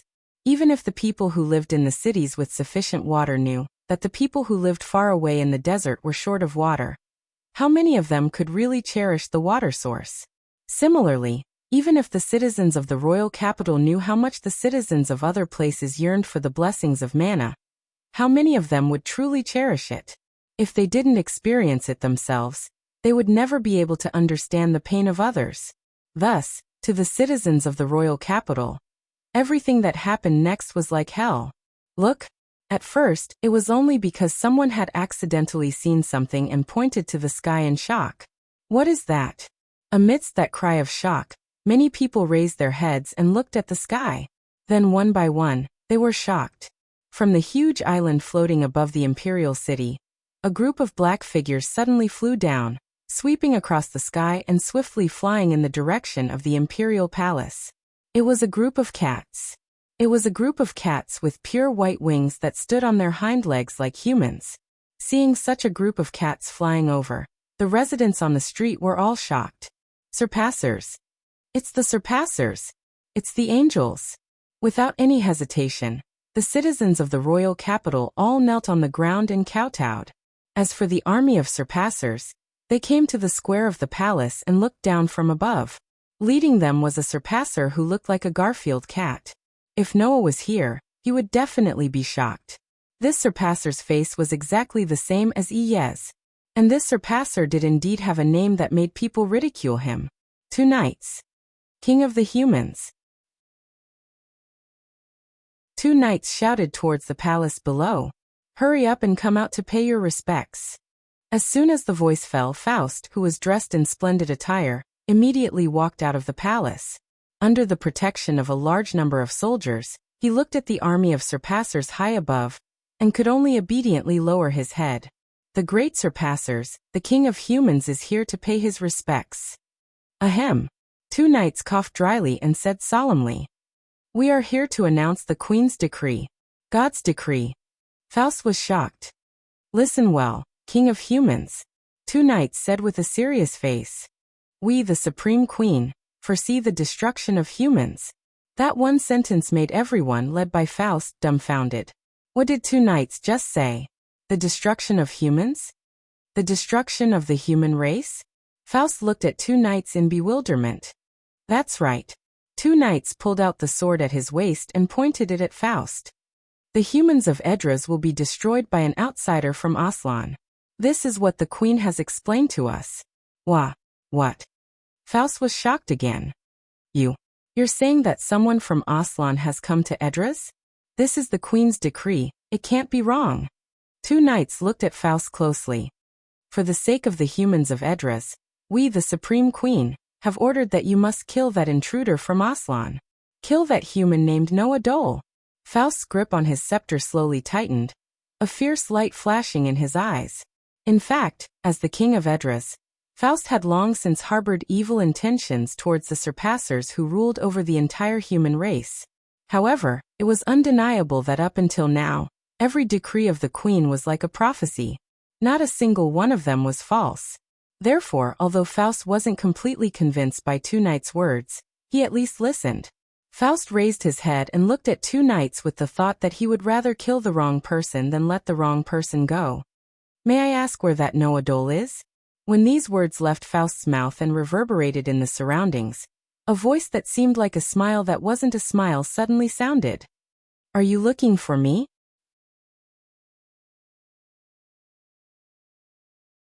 Chapter 1098. Are you looking for me? When a voice that sounded like a laugh that was not a laugh reverberated throughout the square of the palace, whether it was the surpassers or the royal army that followed the king's lead, all of them were startled and looked towards the source of the voice. In the next second, everyone saw it.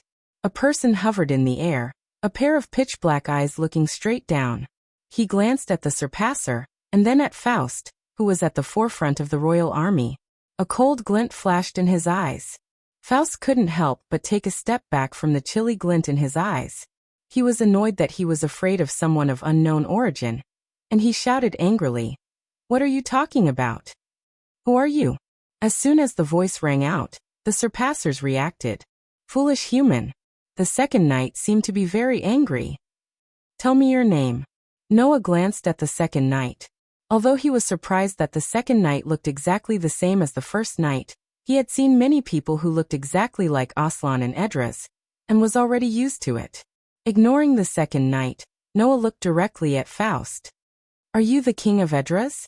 This sentence caused Faust's eyes to widen. In Edras, who did not know the king? Unless this person was not from Edras. You, Faust said in shock. Are you the person from Astra?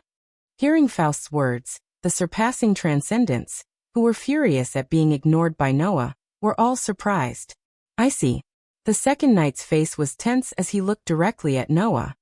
Are you the Noah Doria that Her Majesty mentioned? Hearing this, Noah frowned. How do you know my name? The second knight seemed to be mocking Noah's ignorance. He pointed the sword in his hand at Noah and loudly declared, We, the Supreme Queen, are the gods of this world. There is nothing we do not know. Gods. Noah seemed to have heard something funny. He closed his eyes slightly, and when he opened them again, a cold light flashed in his eyes. What a coincidence, I am a godslayer. As soon as he finished speaking, boom. Suddenly, a wave of violent magic burst out from Noah's body like a stormy sea. It turned into a substantial shockwave that shook in all directions. Boom, boom, boom, boom, boom.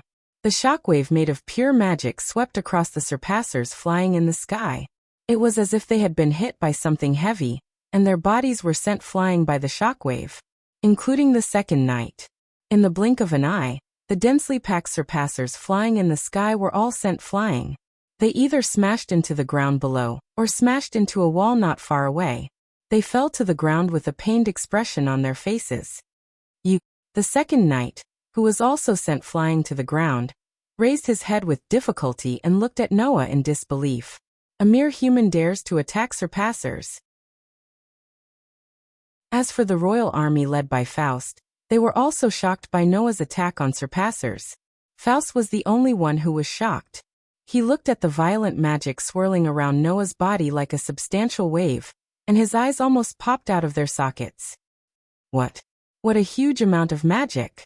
Does the people of Astra all have magic of this level in their bodies? After the shock, Faust's eyes began to flash with greed and ecstasy. Good. Very good. This person is mine. Faust had taken a fancy to Noah. No. More accurately, he had taken a fancy to Noah's magic. Go. Go. At once, Faust barked at the royal army around him without hesitation. Take him down. Remember, you must capture him alive. The royal army, who had been awakened by Faust's order, finally reacted. Since they were able to stand by Faust's side, it was only natural that the royal army was equipped with magic as well. Thus, under Faust's orders, the soldiers of the magic army set up their magic cannons and aimed them at Noah. Noah also noticed the greed and ecstasy in Faust's eyes. After understanding Faust's thoughts, Noah laughed. It was a laugh that pierced through one's heart. Do you really want magic that much? One by one, beautiful magic formations suddenly fluctuated in the space around Noah, absorbing the seemingly substantial magic waves that were hovering around Noah. They flowed into them, turning into pure magic light that gradually shone. In that case, I'll give you what you want the most in the most direct way. You have to take it well, Your Majesty. The terrifying magic fluctuations from the sky caused Faust's heart to suddenly shrink, and an expression of horror appeared on his face.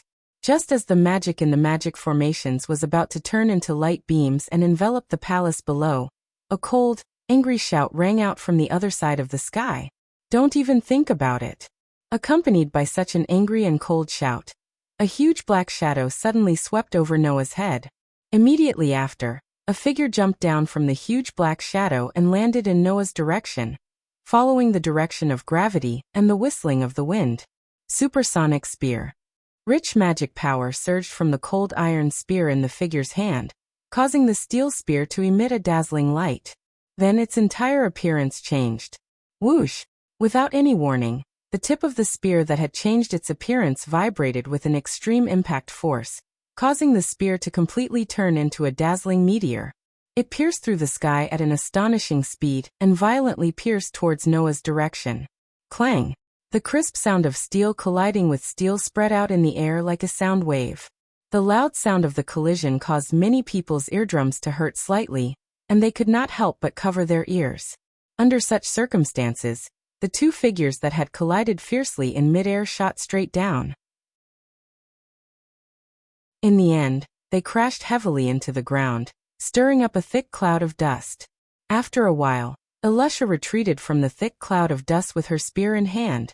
She tapped the ground a few times with the tip of her foot before coming to a stop.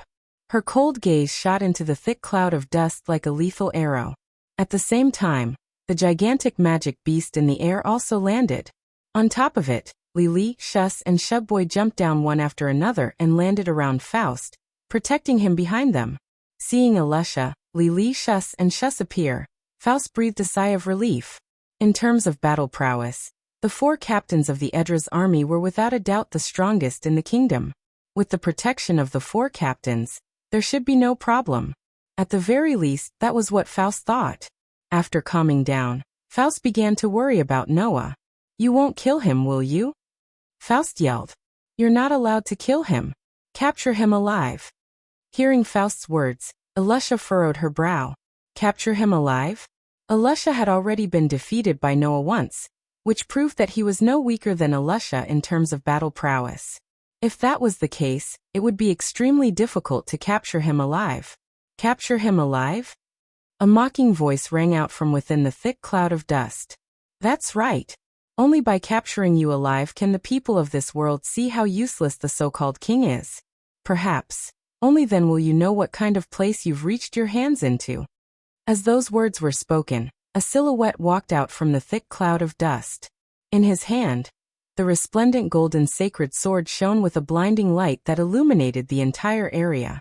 Seeing the silhouette walk out of the cloud of dust, the expressions of those present were all different. Shus and Shus were filled with fear. Lili's expression was solemn. Elisha's eyes were filled with killing intent.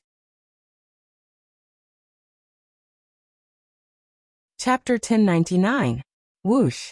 The inconceivably vast surging manna was like a miniature tornado with Noah as the center, constantly rotating in the center of the square of the palace, filling the entire space with an indescribable pressure that suppressed the hearts of everyone present. Elisha stared coldly at Noah, who seemed to have transformed into the eye of a typhoon. with her palms drenched in sweat. Even so, Elisha still gripped the spear of 10 abstinences tightly and whipped it out. With a spin, the black shadow of the spear tore through the air, bringing with it a powerful gust of wind that blew away some of the pebbles on the ground. The tip of the spear was pointed at the ground as dense manna surged out of Elisha's weapon. However, compared to Noah's manna, which was so dense that it was almost tangible, the amount of manna stored in Elisha's weapon was pitifully low. Faust's gaze towards Noah only grew more and more heated and greedy. Elisha, Lily, Shus, and Shubboy's expressions also grew more and more solemn. Shus and Shus' faces even stiffened up. "What's wrong?" Noah's gaze swept past Elisha, Lily, Shus, and Shus as he coldly laughed.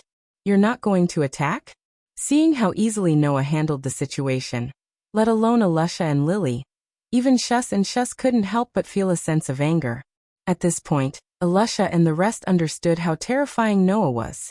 However, whether it was Elisha, Lily, Seuss, or Shogboy, they all understood one thing. If they didn't take Noah down, there would be no way for them to settle this peacefully.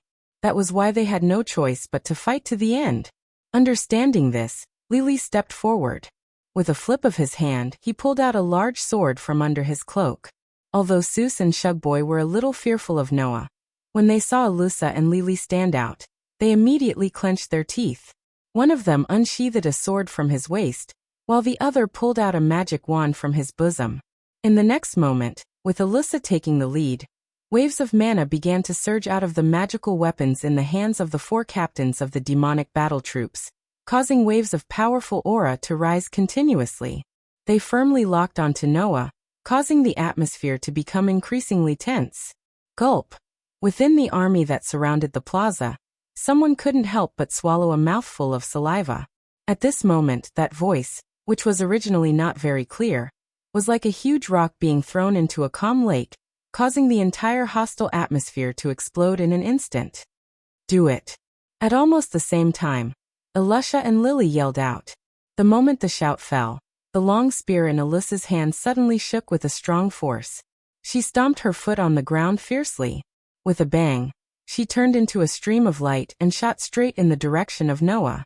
The moment Elisha moved, Lily, Shus, and Shus followed suit and charged towards Noah's direction alongside Elisha. With a wave of the magic weapons in their hands, the sharp sound of air being torn apart could be heard. The weapons of the 4 captains of the Edra's royal army all transformed into powerful flashes that tore through the air and headed towards Noah. Looking at the 4 flashes of light that shot towards him, Noah's hand trembled slightly. In his hand, the Excalibur was a golden holy sword, and a circle of resplendent light was circulating around the blade. Whoosh! In the next moment, the radiant holy sword trembled as the tip of the sword pierced out, leaving a trail of sword afterimages in its wake as it collided with the 4 flashes of light. Bang! The 4 sharp beams of chi were instantly dispersed by a muffled sound that rang out in unison. However, in the next moment, 4 figures suddenly appeared around Noah and surrounded him. Vacuum spear.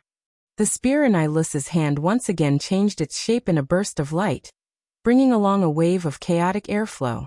It tore through the air and turned into a dazzling light. In an instant, it tyrannically plundered the air around Noah, stirring up a terrifying shock wave, and fiercely pierced towards Noah. Mother of destroyers. The giant sword in the hand of Lili, who was standing beside Noah, trembled violently. His entire body suddenly expanded and turned into a huge heavy sword. Amidst the whistling wind, he slashed down with a heavy force. Command wand. Seuss, on the other hand, was a distance away from Noah. He waved the magic wand in his hand forcefully, and the ribbons around the square that looked like the decorations of some entertainment facility moved. They were like sharp spears that streaked across the air and shot straight at Noah, surrounding the space on his side. Sword of Rose. Shogboy forcefully inserted the magical weapon in his hand into the ground. A strange magical wave reverberated on the ground, causing the ground of the square to violently fluctuate and roll. It was like a tornado made of mud, rubbing against the air as it mercilessly rushed towards Noah. The merciless attacks from 4 directions completely sealed off all of Noah's escape routes. With great momentum, they violently bombarded Noah's location. The 4 attacks caused the air to be completely annihilated.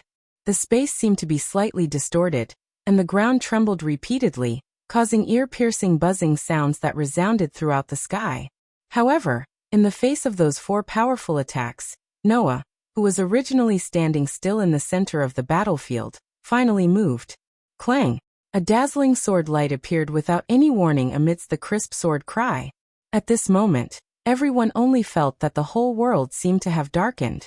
The dazzling sword light was like a full moon, bringing along a cold and beautiful moon arc as it slashed towards the surroundings. Absolute sword technique.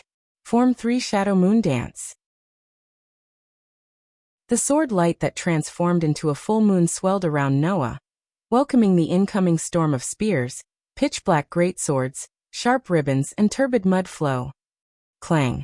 In an instant, the long spear that carried a shocking storm, and the huge sword that carried a terrifying strength were bounced off. Poochie!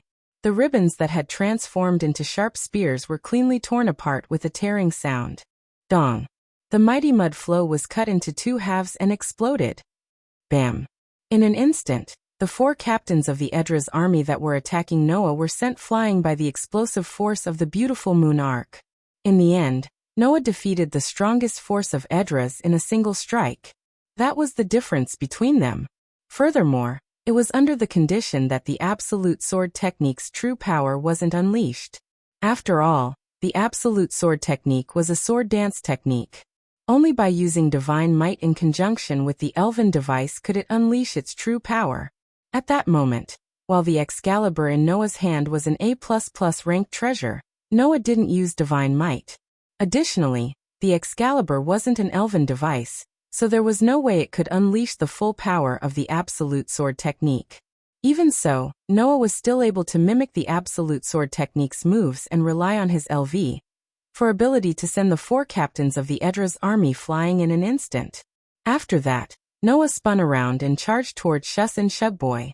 As their expressions changed, he gave them a heavy kick on their chests. Bam!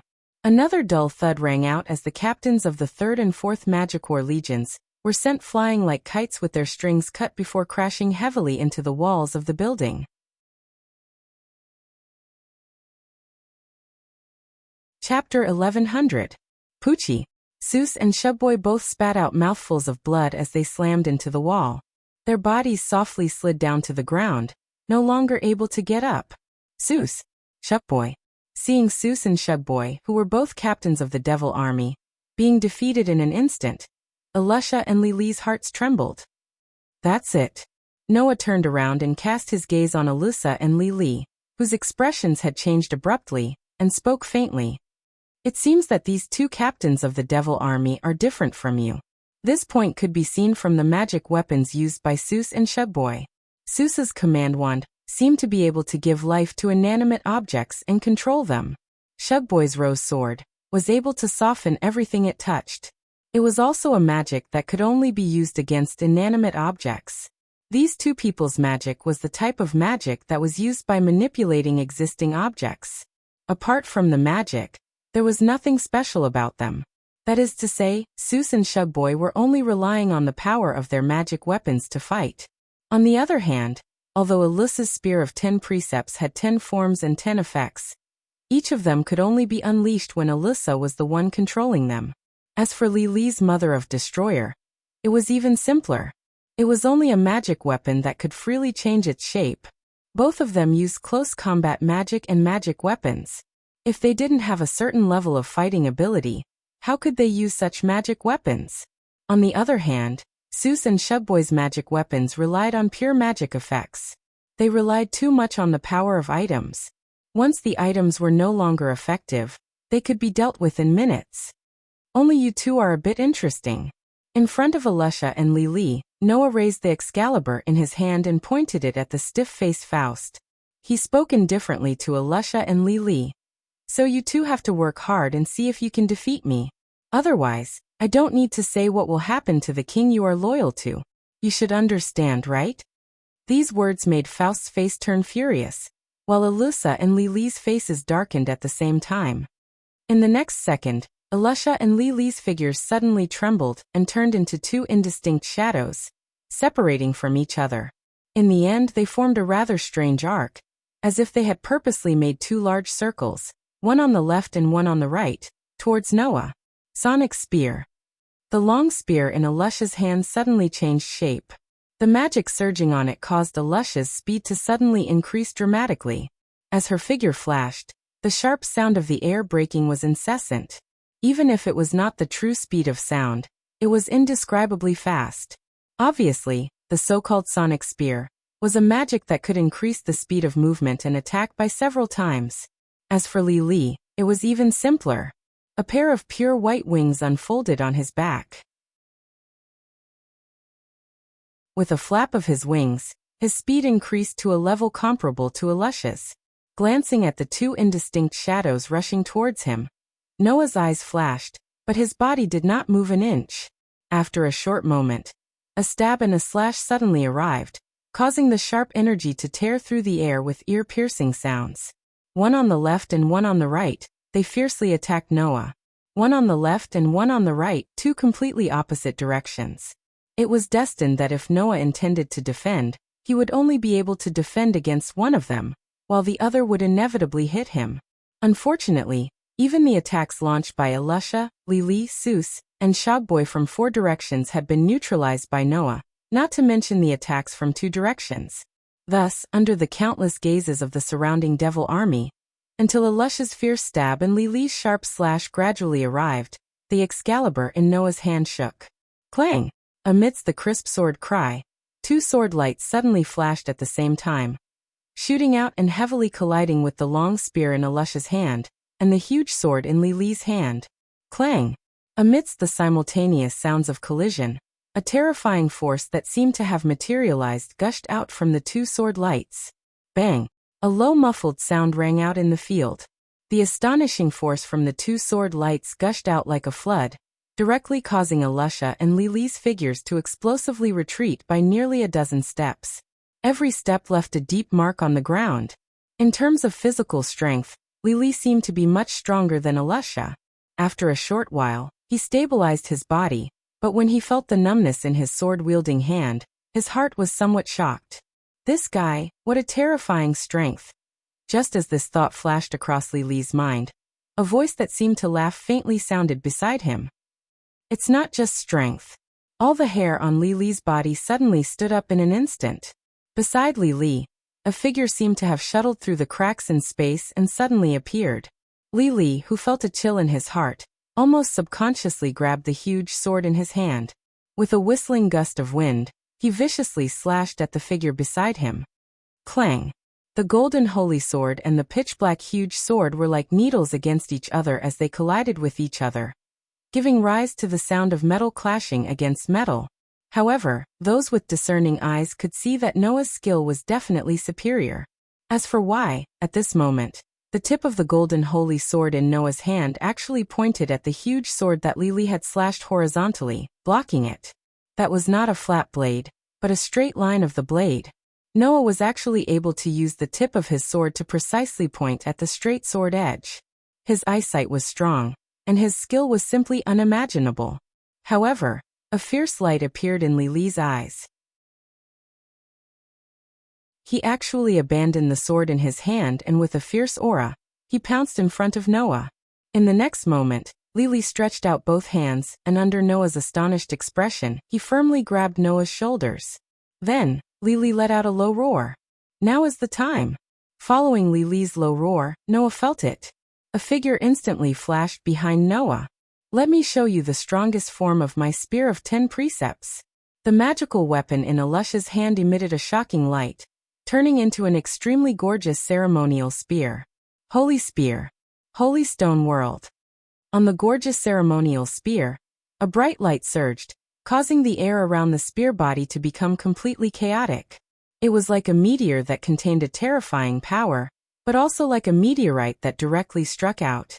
Amidst the incessant sound of wind, it violently blasted in the direction of Noah. The terrifying power caused a shocking loud sound.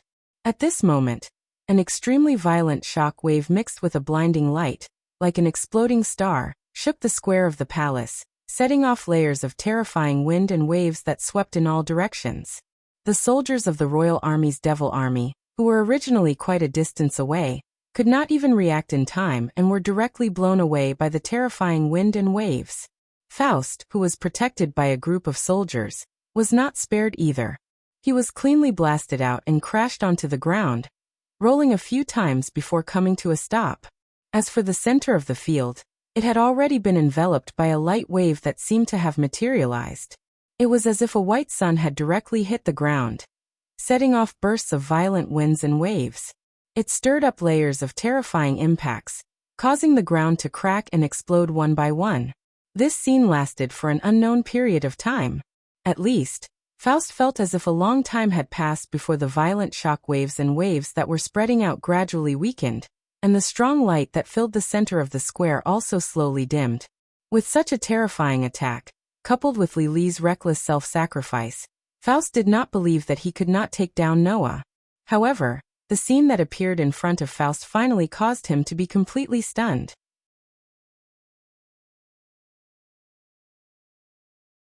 Chapter 11:01.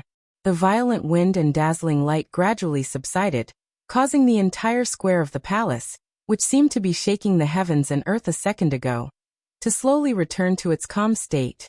If it weren't for the fact that the ground was already riddled with holes, and the surrounding demon army soldiers were lying on the ground moaning and groaning, and there was even a huge crater at the center of the impact, no one would believe that such a terrifying thing had just happened. However, this was not something that Faust was concerned about. At this moment, the king of Edras was staring at the center of the huge crater with a blank expression. He saw that there was a spot in the center of the huge crater that was completely undamaged. There were 3 people standing on that spot, and these 3 people's performances were completely different. Noah, who was tightly held by Lily by the shoulder, had a calm expression on his face.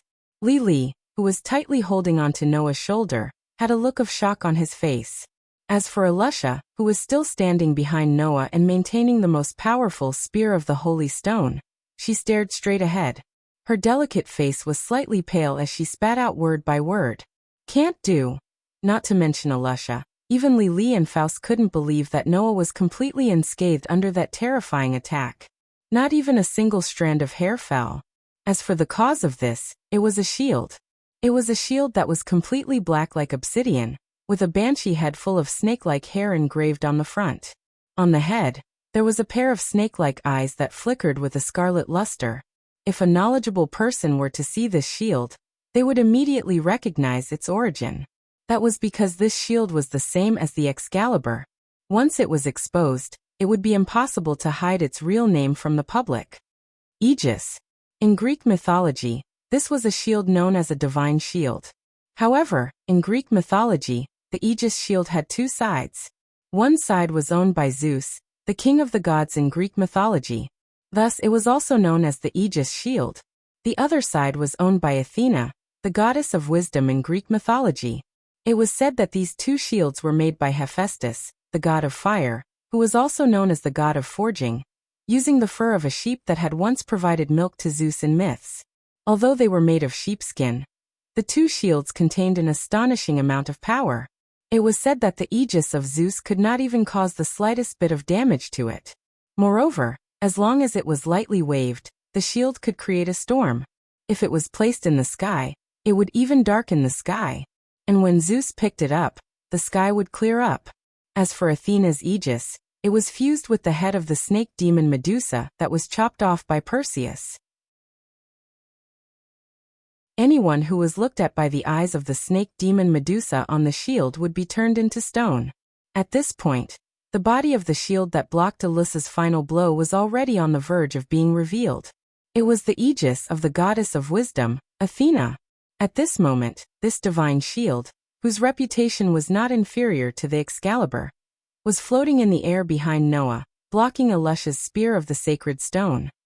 When Lily sacrificed himself to capture Noah, Elisha released her strongest attack on the restricted Noah. Astonishingly, this shield appeared out of nowhere and completely blocked Elisha's strongest attack. Ignoring Elisha and Lily's shock, Noah acted as if nothing had happened and closed his eyes.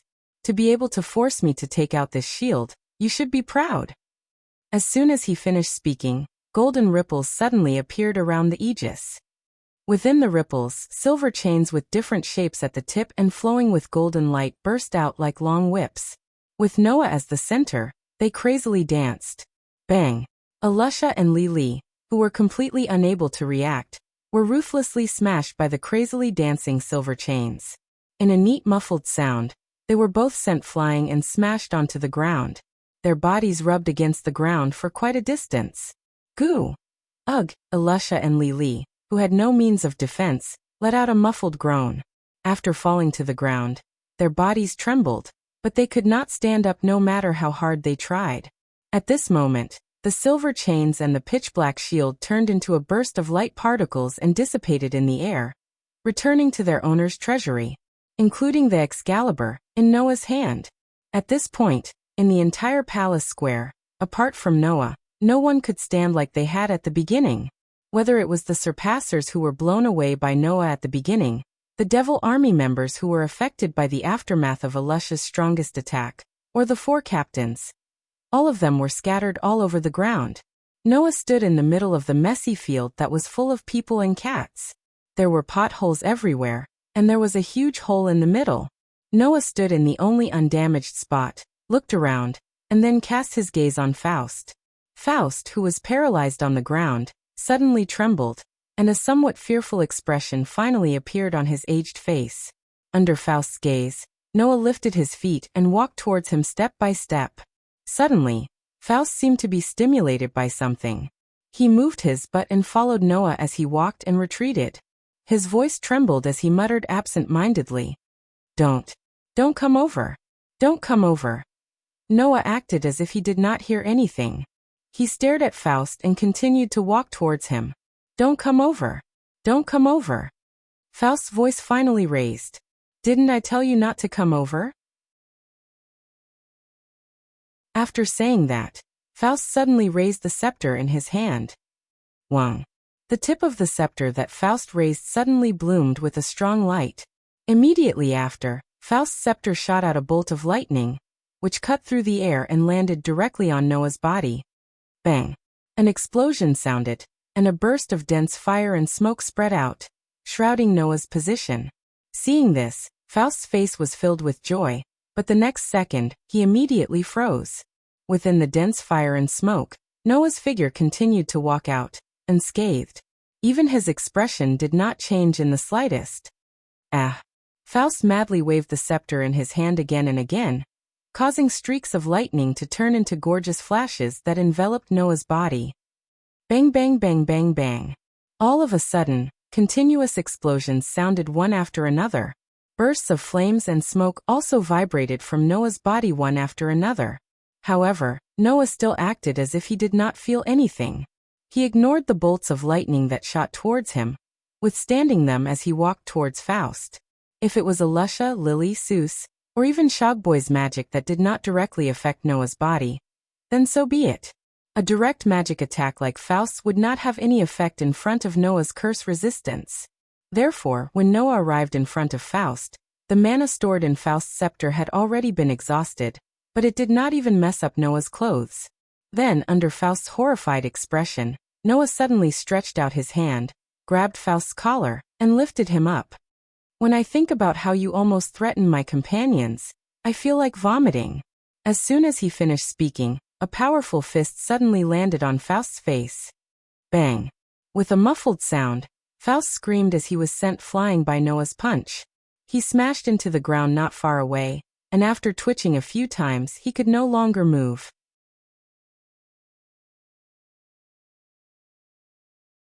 Chapter 11:02.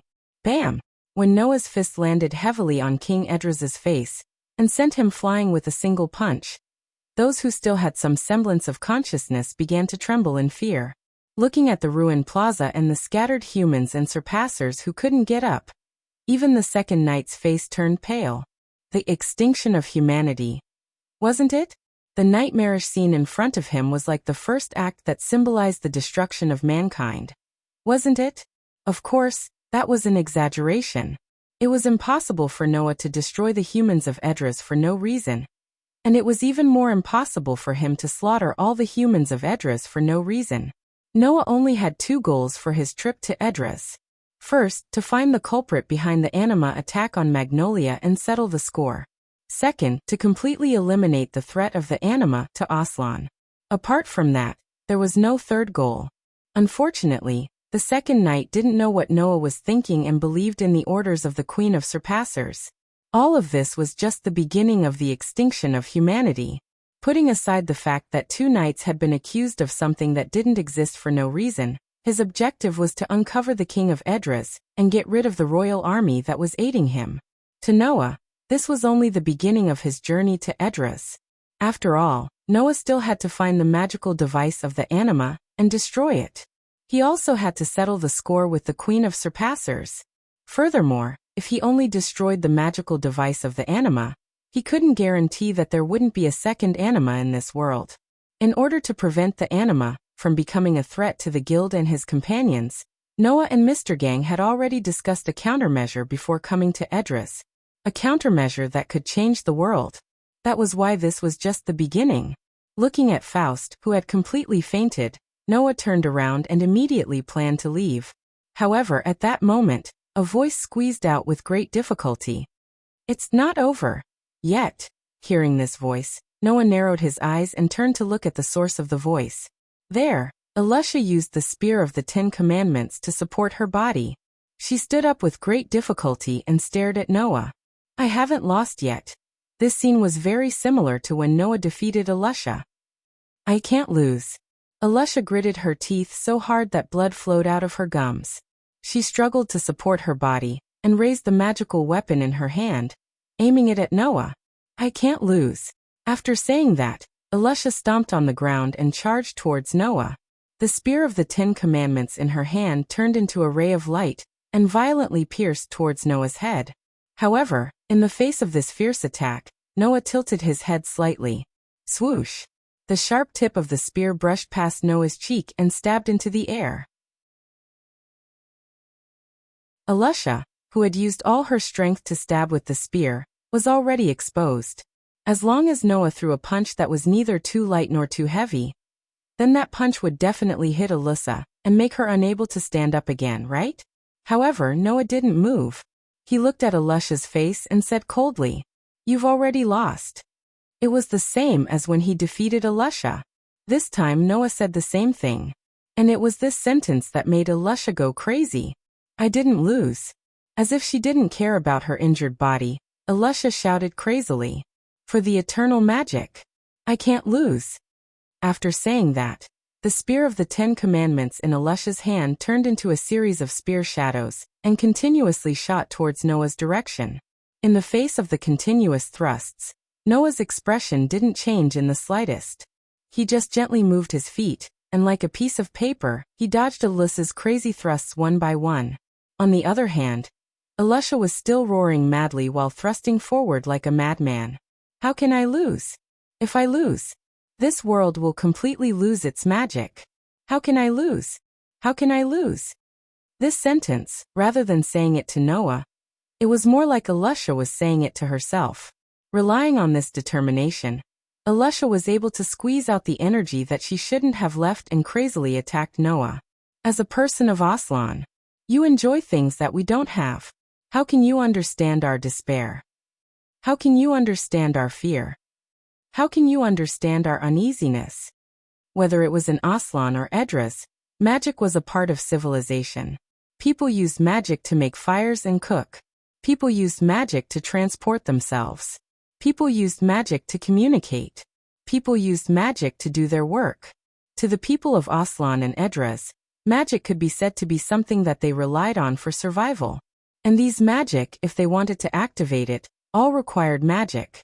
Without magic, it would be like modern humans without electricity and steam. The entire society would return to ancient times. Who wouldn't feel uneasy? Who wouldn't be afraid? Who wouldn't be afraid? Gazing at Noah's indifferent expression, Alyssa gritted her teeth and finally yelled out, "You're right. Once the magic is exhausted, this world will be destroyed." This sentence finally made Noah react. Once the magic is exhausted, the world will be destroyed? Raising his head fiercely, looking at the crazy Elisha, Noah's face was filled with extreme anger. "Stop joking. Dodging the incoming spear, Noah clenched his fist and punched out. Pung dash. The heavy punch landed on Alusha's abdomen without any deviation, making Alusha's body bow. At the same time, Noah raised his knee and heavily hit Alusha's chin, making Alusha groan and her whole body float in the air. That's right. I don't know how desperate, fearful, and uneasy humans will be if the magic of this world is exhausted. But I understand the world better than any of you. When Alusha was floating in the air, a hand suddenly stretched out and grabbed Alusha's collar, fiercely dragging Alusha back. Even if they are destroyed to pieces, they still don't give up hope. An elbow hit Alusha's face, making Alusha stagger back a few steps. Even if they lose their other half, they are still waiting for another chance to recover. A heavy punch landed on the other side of Alusha's face, making Alusha's body tremble violently and continuously retreated. Even if they are lost in a place that doesn't belong to them, they still emit their own light. A whip leg with a whistling wind kicked Alusha's abdomen fiercely, making Alusha's mind blank. She could no longer feel any pain. They are so strong. How can they be destroyed because of a mere magic exhaustion? Before Alusha could bend down again, Noah suddenly grabbed Alusha's throat and lifted her up. Looking at Alusha, who had lost all strength to resist, with her hands and feet hanging down, and even her eyes unfocused, Noah coldly snorted. You guys, don't underestimate this world. After saying this, Noah suddenly let go of his hand and threw out another punch. Bang! The last punch finally made Alusha fly out like a kite with a broken string, hitting the trunk of a tree. She softly slid down and sat on the ground.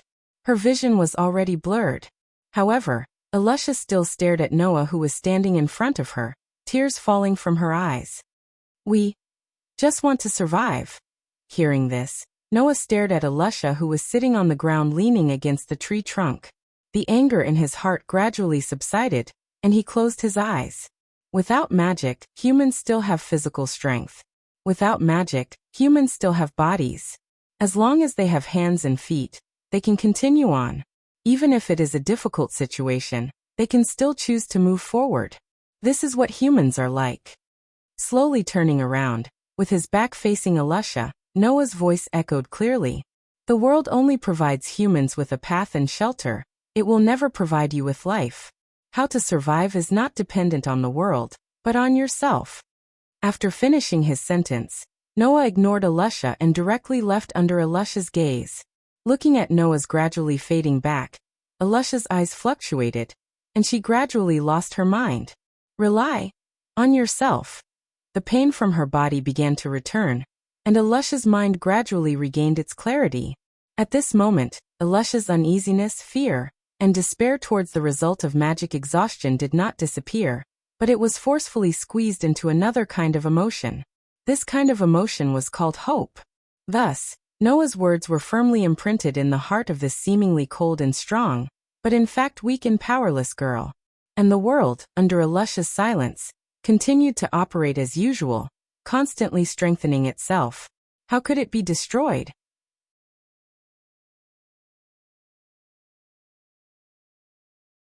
Chapter 1103. It was a rather spacious workshop. There was a gigantic magical device in the middle of the workshop that was embedded with many magic crystals. In order to find this magic workshop, Noah had to capture countless soldiers along the way before he finally figured out the way to this place. After all, while the workshop wasn't that secluded, normal soldiers wouldn't even come here. That was because the Arcanatech devices in this workshop were related to the future of Edras. After pushing open the luxurious door, Noah walked in. You're here? The moment Noah entered, a voice rang out and entered Noah's ears. Noah was not surprised at all as he raised his head and looked ahead.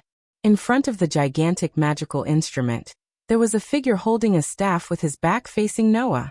He didn't even turn around, as if he had known that Noah would come there sooner or later. He simply stared at the gigantic magical instrument as if he was in a daze. Looking at that figure, Noah also seemed to have known that he would be there. He sighed. I knew that you would come here before me. My apologies. Mishgang laughed bitterly. I don't really want to face the people of Edras head on. Noah silently stepped forward and stood next to Mr. Gang. Both of them looked at the gigantic Magitech instrument, and suddenly spoke after a long while. Because that's someone you're quite close to, right? Mishgang fell silent. In fact, Noah had already made some guesses after learning about Edras. Mishgang's identity couldn't be simple, right? If Mishgang was just a normal citizen of Edras, how could he know so much about anima? If Mishgang was just a normal citizen of Edras, how could he know the way to Aslan? If Mishgang was just a normal citizen of Edras, how could he have been able to stop the activation of anima for so many years? If Mishgang was just a normal citizen of Edras, how could he become an S-ranked magus on par with Alusha and Laxus when he couldn't use magic on his own, and could only rely on magic weapons? Perhaps, if there was only one of them, it could only be a coincidence. However, with so many coincidences added together, it was inevitable. That was why Noah was certain that Mishgang's identity in Edras wasn't simple. It was very likely that Mishgang was a member of the royal family of Edras. That was why Mishdegang was so clear about the Anima project initiated by the king of the kingdom of Edras. That was why Noah had a guess about Mishgang's identity. I beat your father up. Aren't you going to say anything? Noah said coldly. Prince Jalal. The air seemed to turn heavy all of a sudden. Mishdegang didn't answer, but asked the question abruptly. You didn't make things difficult for Lili, did you? Why? Noah raised an eyebrow. Are you on good terms with Lili? Lili is my savior, Mishgang said as he tightened his grip on the staff in his hand. As a surpasser, Lili should have lived in Extania and enjoyed the respect of humans. However, he was chased out by the surpasser race for the sake of saving me, who was injured when I was young. In Edras, all humans were governed by surpassers who called themselves angels. As a god, the queen had the power to decide the life and death of humans and control their numbers. If Mishgang had really been severely injured when he was young, then the Transcendents believed that it was the queen who had decided on his death. Under such circumstances, if Lili saved Mishgang, who was on the verge of death as a human, the surpassers would think that he was disobeying the queen. Additionally, Lili brought Mishgang back to Extania to save him. That was a taboo in Extania, where humans weren't allowed to enter. As a result, Lili was chased out of Extania. That was also the reason why a supreme being who should be worshipped by humans would become the leader of the magic forces of the Edras royal army. I see, Noah said with a nod. Don't worry. I only made him lose his ability to fight. I didn't injure him that badly. That's good, Mishgang said with relief. The scene once again returned to its silent state. Have you really made up your mind? Noah asked all of a sudden. If that's the case, the world will truly descend into chaos. Hearing Noah's words, a hint of hesitation flashed across Mishgang's eyes. However, he soon regained his resolve. Chaos is only temporary. In a situation where we can only face reality, people will quickly get back on their feet in order to survive. However, if we don't solve the problem of mana in this world, the conflict will never disappear. So, instead of inciting conflict for the sake of eternal mana, wouldn't it be better to let go of what should be lost and let mana disappear from this world? Noah couldn't help but sigh. I have to say, you are quite decisive. Super secondary spatial magic, anima. The use of this spell was to open up a pathway between Azrand and Edras and absorb Azrand's mana into Edras for Edras to use. Naturally, since he was able to absorb Aslan's mana into Edras, then as long as he reversed the anima, he would be able to reverse the flow of Edras' mana into Aslan. That was what Mishgang was prepared to do. As long as mana forever disappears from this world, magic can no longer be used. Even anima is the same. Mishgang's tone was not perplexed at all. When that happens, anima will no longer be a threat to Azrand. Isn't that what you want to do? But I didn't want to go to this extent at first, Noah said calmly. At first, I only wanted to destroy this magical device and get rid of the culprit. I wanted to change the world to someone more pleasing to the eye, so that they wouldn't have any ill intentions towards Azrand. However, that was only treating the symptoms and not the root cause. As long as the problem of mana exists in this world, the conflict over mana will never stop. Under such circumstances, Azrand, who is full of mana, will not be able to stay out of it. Mishgang turned around and looked at Noah. Moreover, didn't you not get rid of the culprit? Hearing that, Noah was speechless. After a while, he turned around and looked at Mishgang. Who do you think I'm doing this for? Mishgang was speechless as well. Why didn't Noah get rid of Faust? Other than the fact that he was Mishgang's father, was there a second reason why Noah would spare the life of the greedy king who had designs on his guild and companions? If the problem of anima wasn't completely solved, then for the sake of his guild and companions, Noah wouldn't spare the life of that greedy bastard. Now since you've done so much for both Azrand and Edras, then I don't mind giving you face. Noah turned around. After all, you are also my companion. With that, Noah walked towards the door. Just as Noah was about to step out of the door, Mishgang's grateful and reluctant voice sounded. Thank you. And goodbye. The corners of Noah's mouth involuntarily lifted into an untraceable arc. Soon after, he walked out without looking back. Now there was only one problem left. The sky gradually darkened, as if it could predict what would happen next. The atmosphere became extremely oppressive. Braving the cold air, Noah flew towards the horizon with the help of Hermes' boots.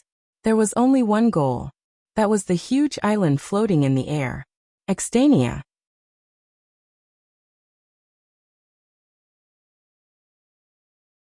Chapter 1104.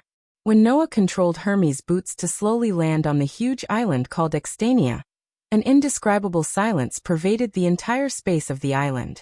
Regardless of the strange atmosphere, Noah raised his eyes and looked around. Noah had landed in the center of Extania. Extania, on the other hand, was a huge city built by transcendence. In other words, at this moment, Noah had landed in the center of the city called Extania. There were many buildings around him. Some of the buildings were as big as human residences, while others were smaller. They were suitable for transcendents like Habi and Shaluru to live in. On such a street surrounded by buildings of various sizes, cats that looked completely different in appearance, body shape, and even the color of their fur were walking around like humans. They were looking at Noah, who had descended from the sky, and were exchanging glances with each other. A human? Is that a human? He looks like a human. It was no wonder that the transcendents were so shocked. In Edras, transcendents were like angels to humans. Icastania, where the angels lived, was naturally a paradise for the humans of Edras. Even though this heaven wasn't as unreachable as in the legends, it was still very sacred in its position.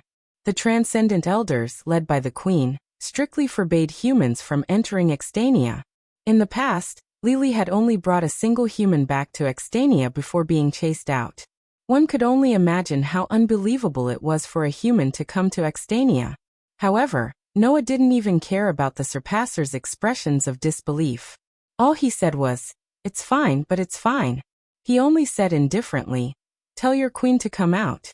His words caused the entire Extania to fall into a dead silence.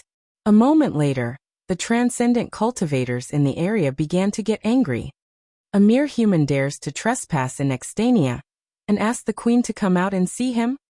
How dare he? Where's the Royal Guard division? Where are the most elite combat divisions of our surpassers? Hurry up and inform the Royal Guard division. Tell them to apprehend this insolent human. Apprehend him. Apprehend him. One by one, the transcendents shouted. Their arrogant voices grew louder and louder, as if Noah had committed an unforgivable crime. The atmosphere gradually turned sour. Noah's brows furrowed. His gaze turned cold as he scanned his surroundings. Immediately, wherever Noah's cold gaze fell, the surpassers froze. The anger on their faces turned into fear, and they were rendered speechless. Looks like I'll have to find her myself. Noah's voice echoed in the surroundings. There's no other way. I don't have much time left. Since you don't want the queen to come out, I'll have to use a little more violence. Tell her that I'm here. As soon as he finished speaking, Noah's body began to emit a magical aura. Sensing the magical aura, the transcendents' hearts began to tremble. At this moment, a mature woman's voice sounded. It was filled with helplessness and urgency. Please wait. Along with such a voice, the sinister atmosphere at the scene seemed to have solidified all of a sudden. It did not continue to rise, but it also did not descend. It just stood there stiffly. The magical aura on Noah's body also became sluggish. It slowly retracted back into his body. Then Noah turned his head and looked at the front of the street. The surrounding surpassers also subconsciously turned their gazes over. And then all of them cried out in shock. That's... In front of Noah's line of sight, a few figures suddenly appeared and approached. They were also a group of transcendents. However, they were a group of transcendents who wore luxurious clothes. At a glance, one could tell that they were not ordinary transcendents. At the very front of this group of transcendents was a female transcendent. She was wearing luxurious new clothes and expensive jewelry. She was also holding a scepter tightly in her hand. Seeing this female transcendence, all of the transcendents reacted and immediately lowered their heads in fear. Seeing this, Noah understood. After sizing up the female transcendents, Noah frowned deeply. "You're the transcendence queen?" At this moment, Noah's voice was filled with suspicion. There was no other reason. Noah did not sense any magical aura from the transcendence queen. At most, her aura was a bit special. Until now, Noah's sensory abilities had only failed when facing Orpheus. Apart from that, he had never made a mistake. As such, Noah was certain that this transcendence queen was either like Orpheus and had power that he could only look up to, or she was just an ordinary transcendence. In fact, the transcendence queen smiled sadly. "You can call me Shaget. As for the queen, that's all I can do." After hearing this, not to mention Noah, even the transcendents around him were stunned. Only the transcendence elders who supported the transcendence queen lowered their heads and sighed with guilt and despair. Noah's frown deepened. He looked at Shaget with a hint of impatience. "What are you trying to do?" Shaget smiled slightly, but her smile was more or less filled with sadness. "I'm just stating a fact." Saying this, Shaget unbuttoned the new clothes on his shoulders, removed the accessories on his body, and loosened the scepter in his hand. Not long after, a female surpasser appeared in front of everyone. She looked no different from a normal female surpasser. She was much smaller than a normal human being. To be able to single-handedly defeat the entire kingdom of Edras, defeat the magic army, and overthrow the king of Edras, you must be an amazing sorcerer in Aslan, right? Shaget said as she closed her eyes. "That's why, you should be able to tell that I'm not a god or a queen. I don't have any outstanding power or status. I'm just an ordinary transcendence." Looking at the transcendence with her eyes closed and head lowered, there was no trace of nobility to speak of. She was just an ordinary transcendence. When they heard her words, the transcendents around her were completely stunned. Noah stared at Shaget, then at the stunned transcendents around him. He could feel the anger in his heart rising. Mishgang had said that the queen of the transcendents was the one who caused Edras to harbor ill intentions towards Astra. She was the one who suggested to Faust that he could obtain mana from Asrand, which led to the kingdom of Edras developing anima and attacking Asrand in order to obtain eternal mana. That was why Noah had chosen to come here to settle the score with Shaget. She was also an existence known as a god in Edras. She was the one who ruled over humans and transcendents. She could even decide the life and death of humans. Noah had already prepared himself for a huge battle. But what was she trying to do now? Perhaps she had seen through Noah's thoughts. Shaget finally revealed a bitter smile. "Actually, I'm not the queen of the transcendents. I'm just an ordinary transcendence. The so-called queen and god are all fake." That one sentence caused all the transcendents to feel their minds go blank. They couldn't react at all, and could only stare blankly at Shaget. That gaze seemed to be tormenting Shaget, causing her to close her eyes in pain. It was obvious that apart from the elders who supported Shaget, the other transcendents didn't know about this.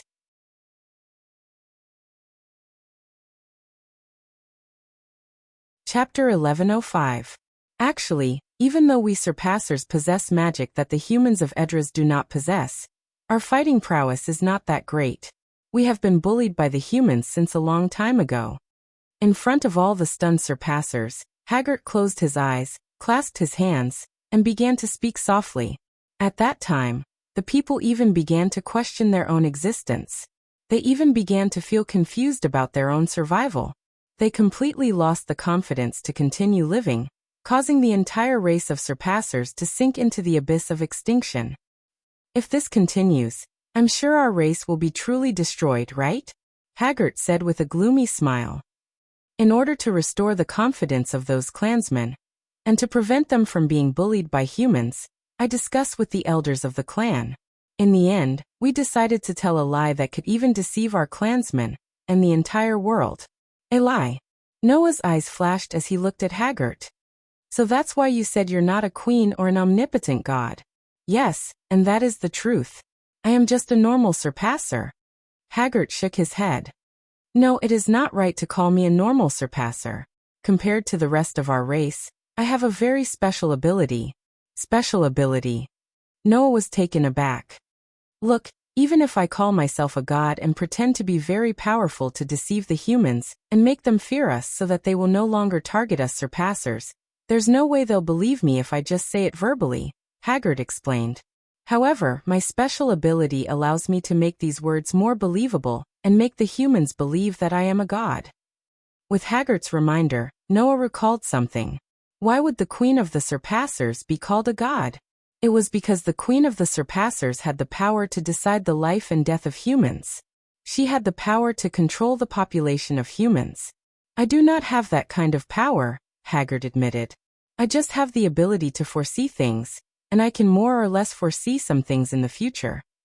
Hearing this, Noah understood. Indeed, Haggart did not have the power to decide the life and death of humans. The only thing he had was the ability to predict the time of death. Humans who don't know about this gradually believe that I have the power to decide the life and death of humans and manage the humans in this world. Shagat smiled weakly. It was because of this that the so-called God became more and more convincing. My people became angels that served God, and were revered and worshipped by humans. Haggart's words caused the other surpassers to look at each other. They could see the despair in each other's eyes. It turned out that the so-called gods and angels were nothing more than an illusion. Surpassers. It was a rather ironic name. They made it sound so aloof, but in the end, weren't they just a weak race that could only rely on lies to maintain their status, and instill fear in the hearts of the humans to protect themselves because they were powerless against the humans? Seeing Noah frowning after hearing Shargate's words, the surpassers felt the urge to run away when they recalled how they had been so aggressive in front of this powerful human, who had the power to destroy the entire army of Edras, and how Noah had threatened to take him down. However, Noah wasn't going to argue with a bunch of ignorant commoners. Furthermore, Noah didn't care whether the transcendent status of the transcendent race was real or not. Then why did you have Faust attack Aslan? Noah narrowed his eyes as he looked at Haggart. Do you know that because of your decision, my guild and my companions were almost turned into manna for you? As he said that, Noah locked his aura onto Haggart, causing him to feel suffocated and his body to tremble. I am very sorry. Haggart could only squeeze out the words with great difficulty. Because we have become the gods and angels of Edras, we are omnipotent existences to the humans. When the manna in this world began to dry up, the human king asked us for help. So, in order to not let your lie be exposed, you proposed to Faust the idea of absorbing magic from Astra, which directly led to the appearance of anima and indirectly almost caused the death of my companions. Noah sneered. It's a pretty good way to protect yourself, isn't it? Haggart was speechless. Actually, there was one more thing he hadn't told Noah. Haggart had long predicted that a terrifying existence from Aslan had set his sights on the surpassers. That person was Noah. Of course, Noah had indeed set his sights on the surpassers.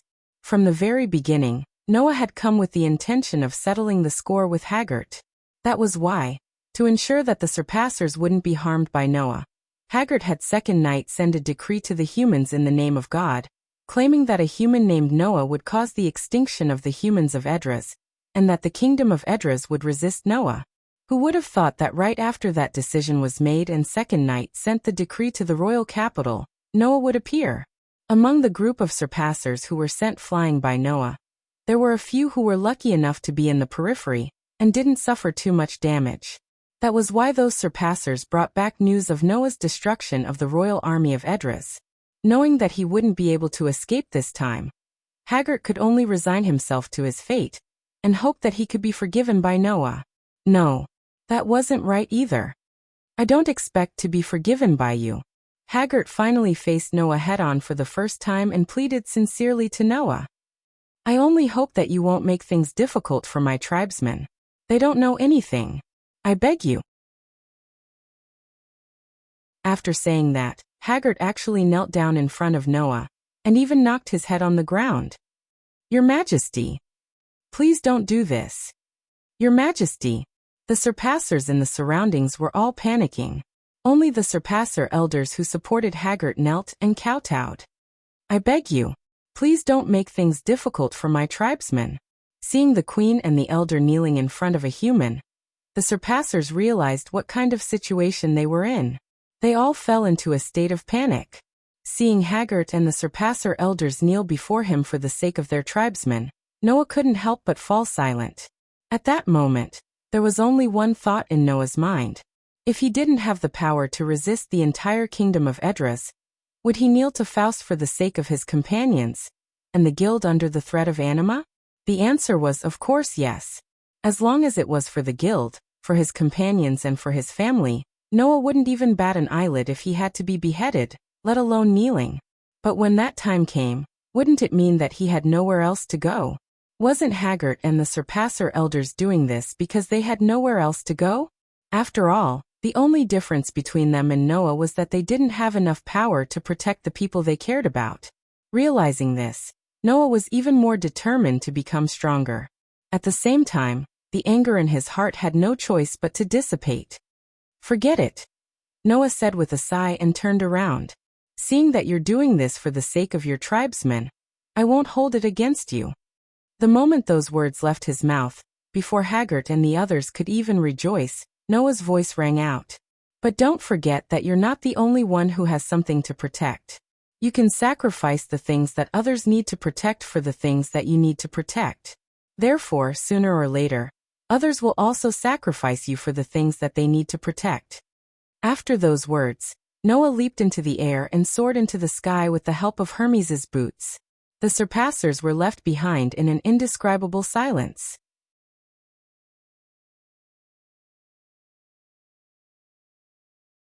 Chapter 1106. In the end, I came to Edras with a heart full of anger, only to teach a bunch of arrogant royal soldiers a lesson? After leaving Extania, Noah flew into the sky and stopped in midair. He couldn't help but smile bitterly as he recalled everything that had happened in less than 2 days in Edras. Noah had let Faust go for the sake of Mishgang. Noah had let Haggart go for the sake of a trace of resonance. Furthermore, the problem of Anima was about to be solved. Noah's trip this time was worth it. Of course, this was also because nothing had happened to Fairy Tail. If something had happened to Fairy Tail because of Anima, then no matter how close Mishgang and Noah were, and no matter how hard Haggart kowtowed, Noah wouldn't let the two of them go. Although this is just a theory of results. Regardless, Noah's goal in coming to Edras had been accomplished. Now all that was left was to wrap things up. With that thought in mind, Noah lifted his head and looked at the sky. No one knew if it was a good plan or not. But the sky that had become extremely dark suddenly surged up like water that had been boiled. Has it begun? As Noah muttered, the pitch-black clouds suddenly spun like a huge whirlpool. Not long after, a huge hole appeared in the center of the whirlpool like dark clouds.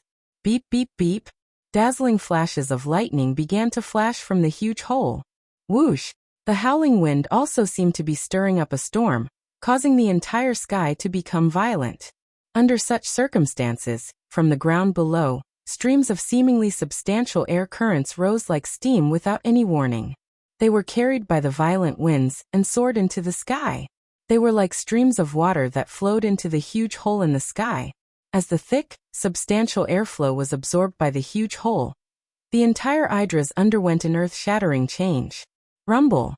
With Extania in the lead, the floating islands in the air suddenly lost their buoyancy for no reason, and turned into huge meteors that slowly fell to the ground amidst a series of tremors.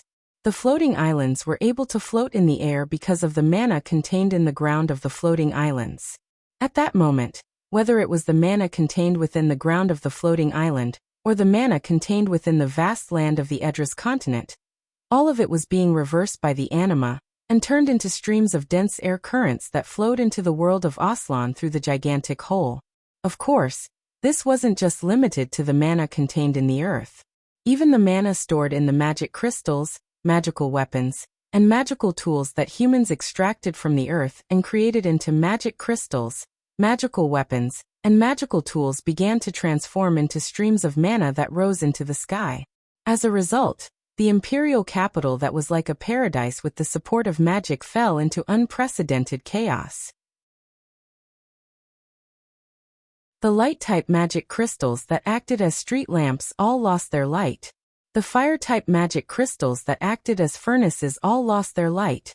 The wind-type magic crystals that acted as the driving system of transportation all lost their function. The water-type magic crystals that acted as the water source all stopped gushing out. The civilization of the imperial capital instantly returned to a state that was no different from ancient times, causing the residents who were immersed in enjoyment and convenience due to the existence of manna and magic to panic. It was as if they had encountered the end of the world, and their faces were filled with despair. Noah had expected all of this to happen a long time ago. That was why Noah wasn't the least bit surprised. However, the changes in the next second really surprised Noah. 1. He saw that Noah's body was emitting a gentle light that illuminated Noah's astonished face. Bang! However, in the next second, the light that enveloped Noah's entire body seemed to have been dispelled, and it exploded amidst a muffled sound. What's going on? Just as Noah fell into a state of shock, figures like Noah who were enveloped by the light began to float into the sky from Extania that was slowly falling to the ground. They were none other than the Transcendents. What's going on? What's going on? I can't control my body.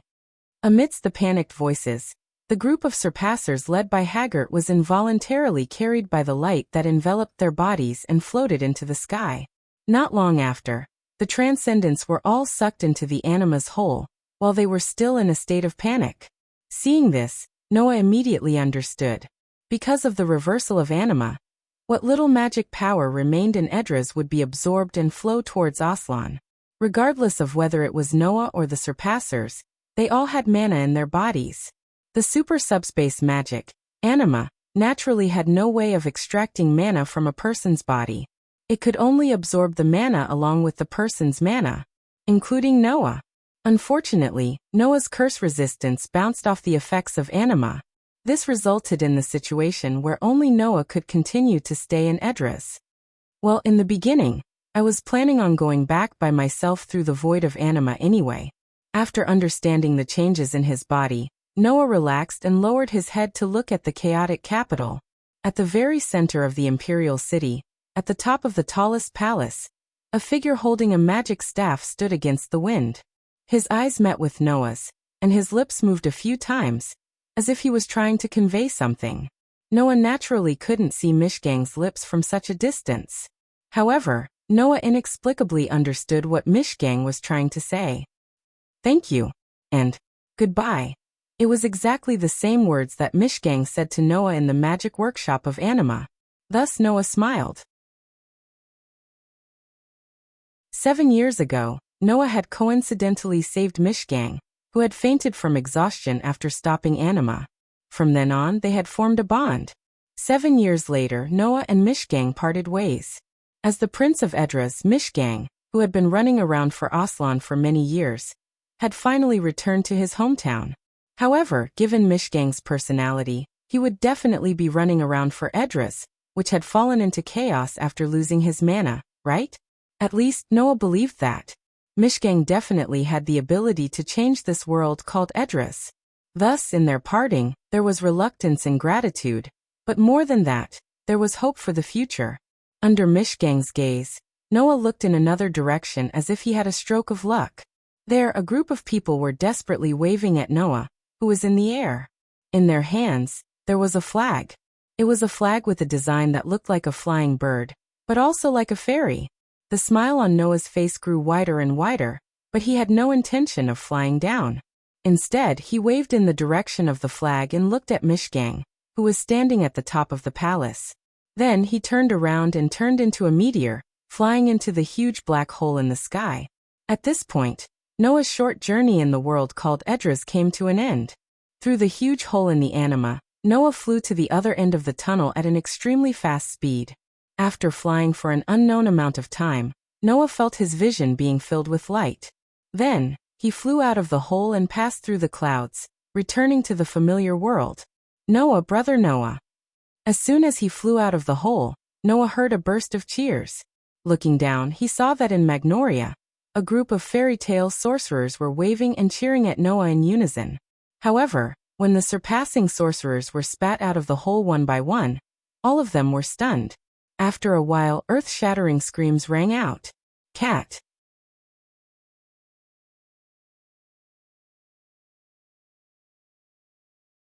Chapter 1107. At first, Noah was worried that the flow of time between Aslan and Edras would be different. In the past he had left for less than an hour, but in the end, an entire month had passed in the world of fairy tale. Now this was the first time that a case like this happened. This worry was not unfounded. In fact, Noah had been to 2 parallel worlds in the world of the M-shaped moon. One of the 2 parallel worlds was about 10 years ago, while the other was about 10 years later. Since Aslan and Edras were also parallel worlds, then there was a need to consider whether there would be problems with time between the 2 worlds. Fortunately, unlike the world of the M-shaped moon, the flow of time between Asran and Edras was almost exactly the same. In other words, however long Noah spent in Edras, the same amount of time had passed in Asran. Therefore, when Noah returned to Asran from the world of Edras, it was already 1 or 2 days after the incident with Anima. Of course, compared to the other 2 things, this 1 or 2 days seemed so insignificant. One of these 2 things was naturally the arrival of the transcendence of Extania in Asran. That day, the scene of a large group of cats like Hubby and Xiaolulu descending from the sky really destroyed the worldview of many fairy tale sorcerers. This was especially so for Hubby and Xiaolulu, who had only seen each other as fellow transcendents, and had not seen any other transcendents before this. However, compared to the people of fairy tale, the transcendents of Extania were actually very happy about their arrival in Asran. After all, in Edras, the transcendents were bullied because they were too weak. In order to not be bullied, they had to tell the big lie of gods and angels. It was really quite tiring for them. To be able to leave that kind of world and come to a new magical world, for the transcendence of Extania, it was indeed like a new life. As for Hubby and Xiaolulu, to be able to see so many of their fellow transcendents, they could not say that they were happy, but there were also some who seemed to be unhappy. It could be said that it was very complicated. The reason was naturally because Hubby and Xiaolulu were thrown into the world of Asran before they were even born. Perhaps it was because Hubby and Xiaolulu had seen through the grudge in their hearts towards the transcendents. After meeting them, Hubby and Xiaolulu seemed to have a lot to talk about in private. After that, Hubby and Xiaolulu seemed to have untied a lot of the knot in their hearts and regained their vitality. The next day, Shagget led the entire race of surpassers away from fairy tale. Although the transcendents in fairy tale felt that it was very interesting to have the entire transcendents join the guild, it was a pity that the transcendents generally did not have high combat strength. If they only worked as archmages for a living, they would definitely not be able to support so many transcendents. Therefore, Hubby proposed to find another place to live, and let the transcendents live a peaceful life. He led the transcendents away from fairy tale. Hubby and Xiaolulu did not follow them.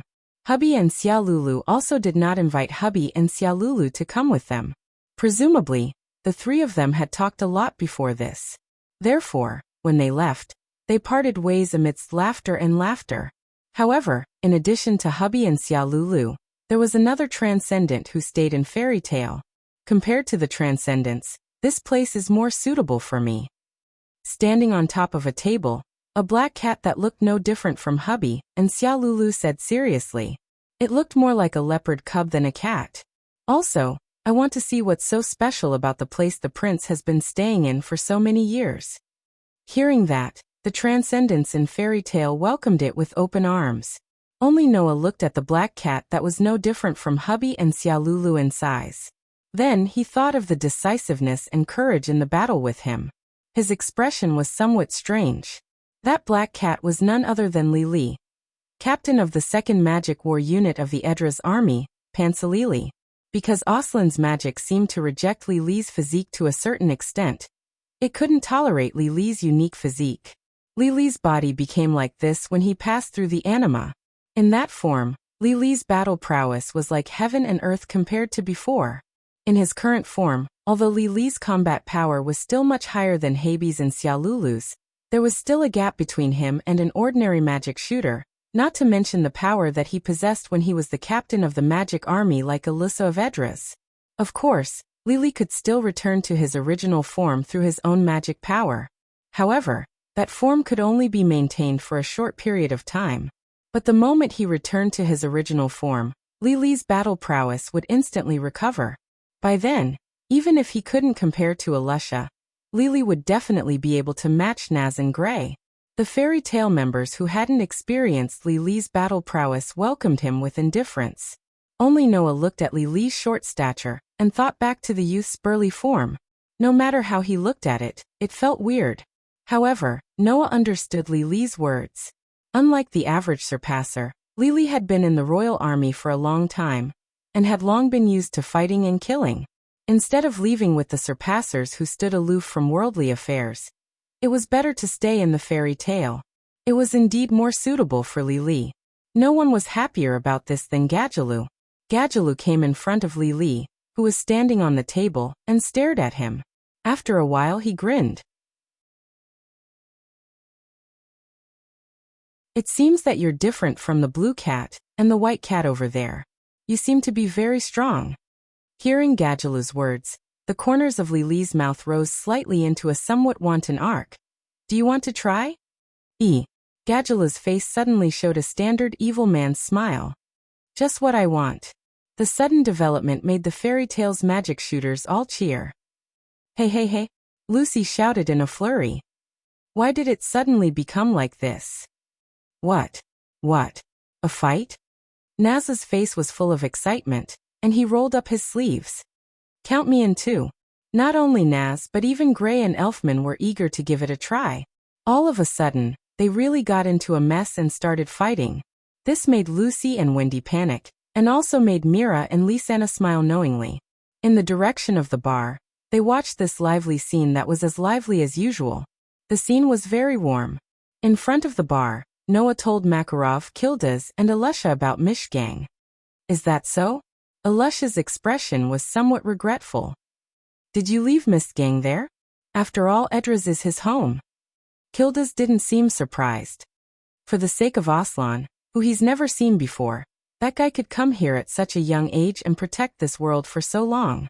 Now that Edras's mana has disappeared and the world has fallen into chaos, it's impossible that he didn't stay. But the departure of an S-rank magic shooter is a huge loss to our guild. Makarov sighed softly. It's really a pity. Mishgang is just continuing on the path he believes in. Noah suddenly smiled. As partners in the same guild, all we can do is support him. Alusha and the others looked at each other and nodded. You're tuning in to the Li Mei's Sword of Destiny YouTube channel.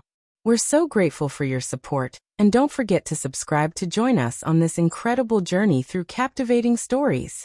Your generosity through donations truly makes a world of difference, as it's the primary source of revenue that allows me to expand and enhance this channel for you. Thank you from the bottom of my heart for being a part of this adventure.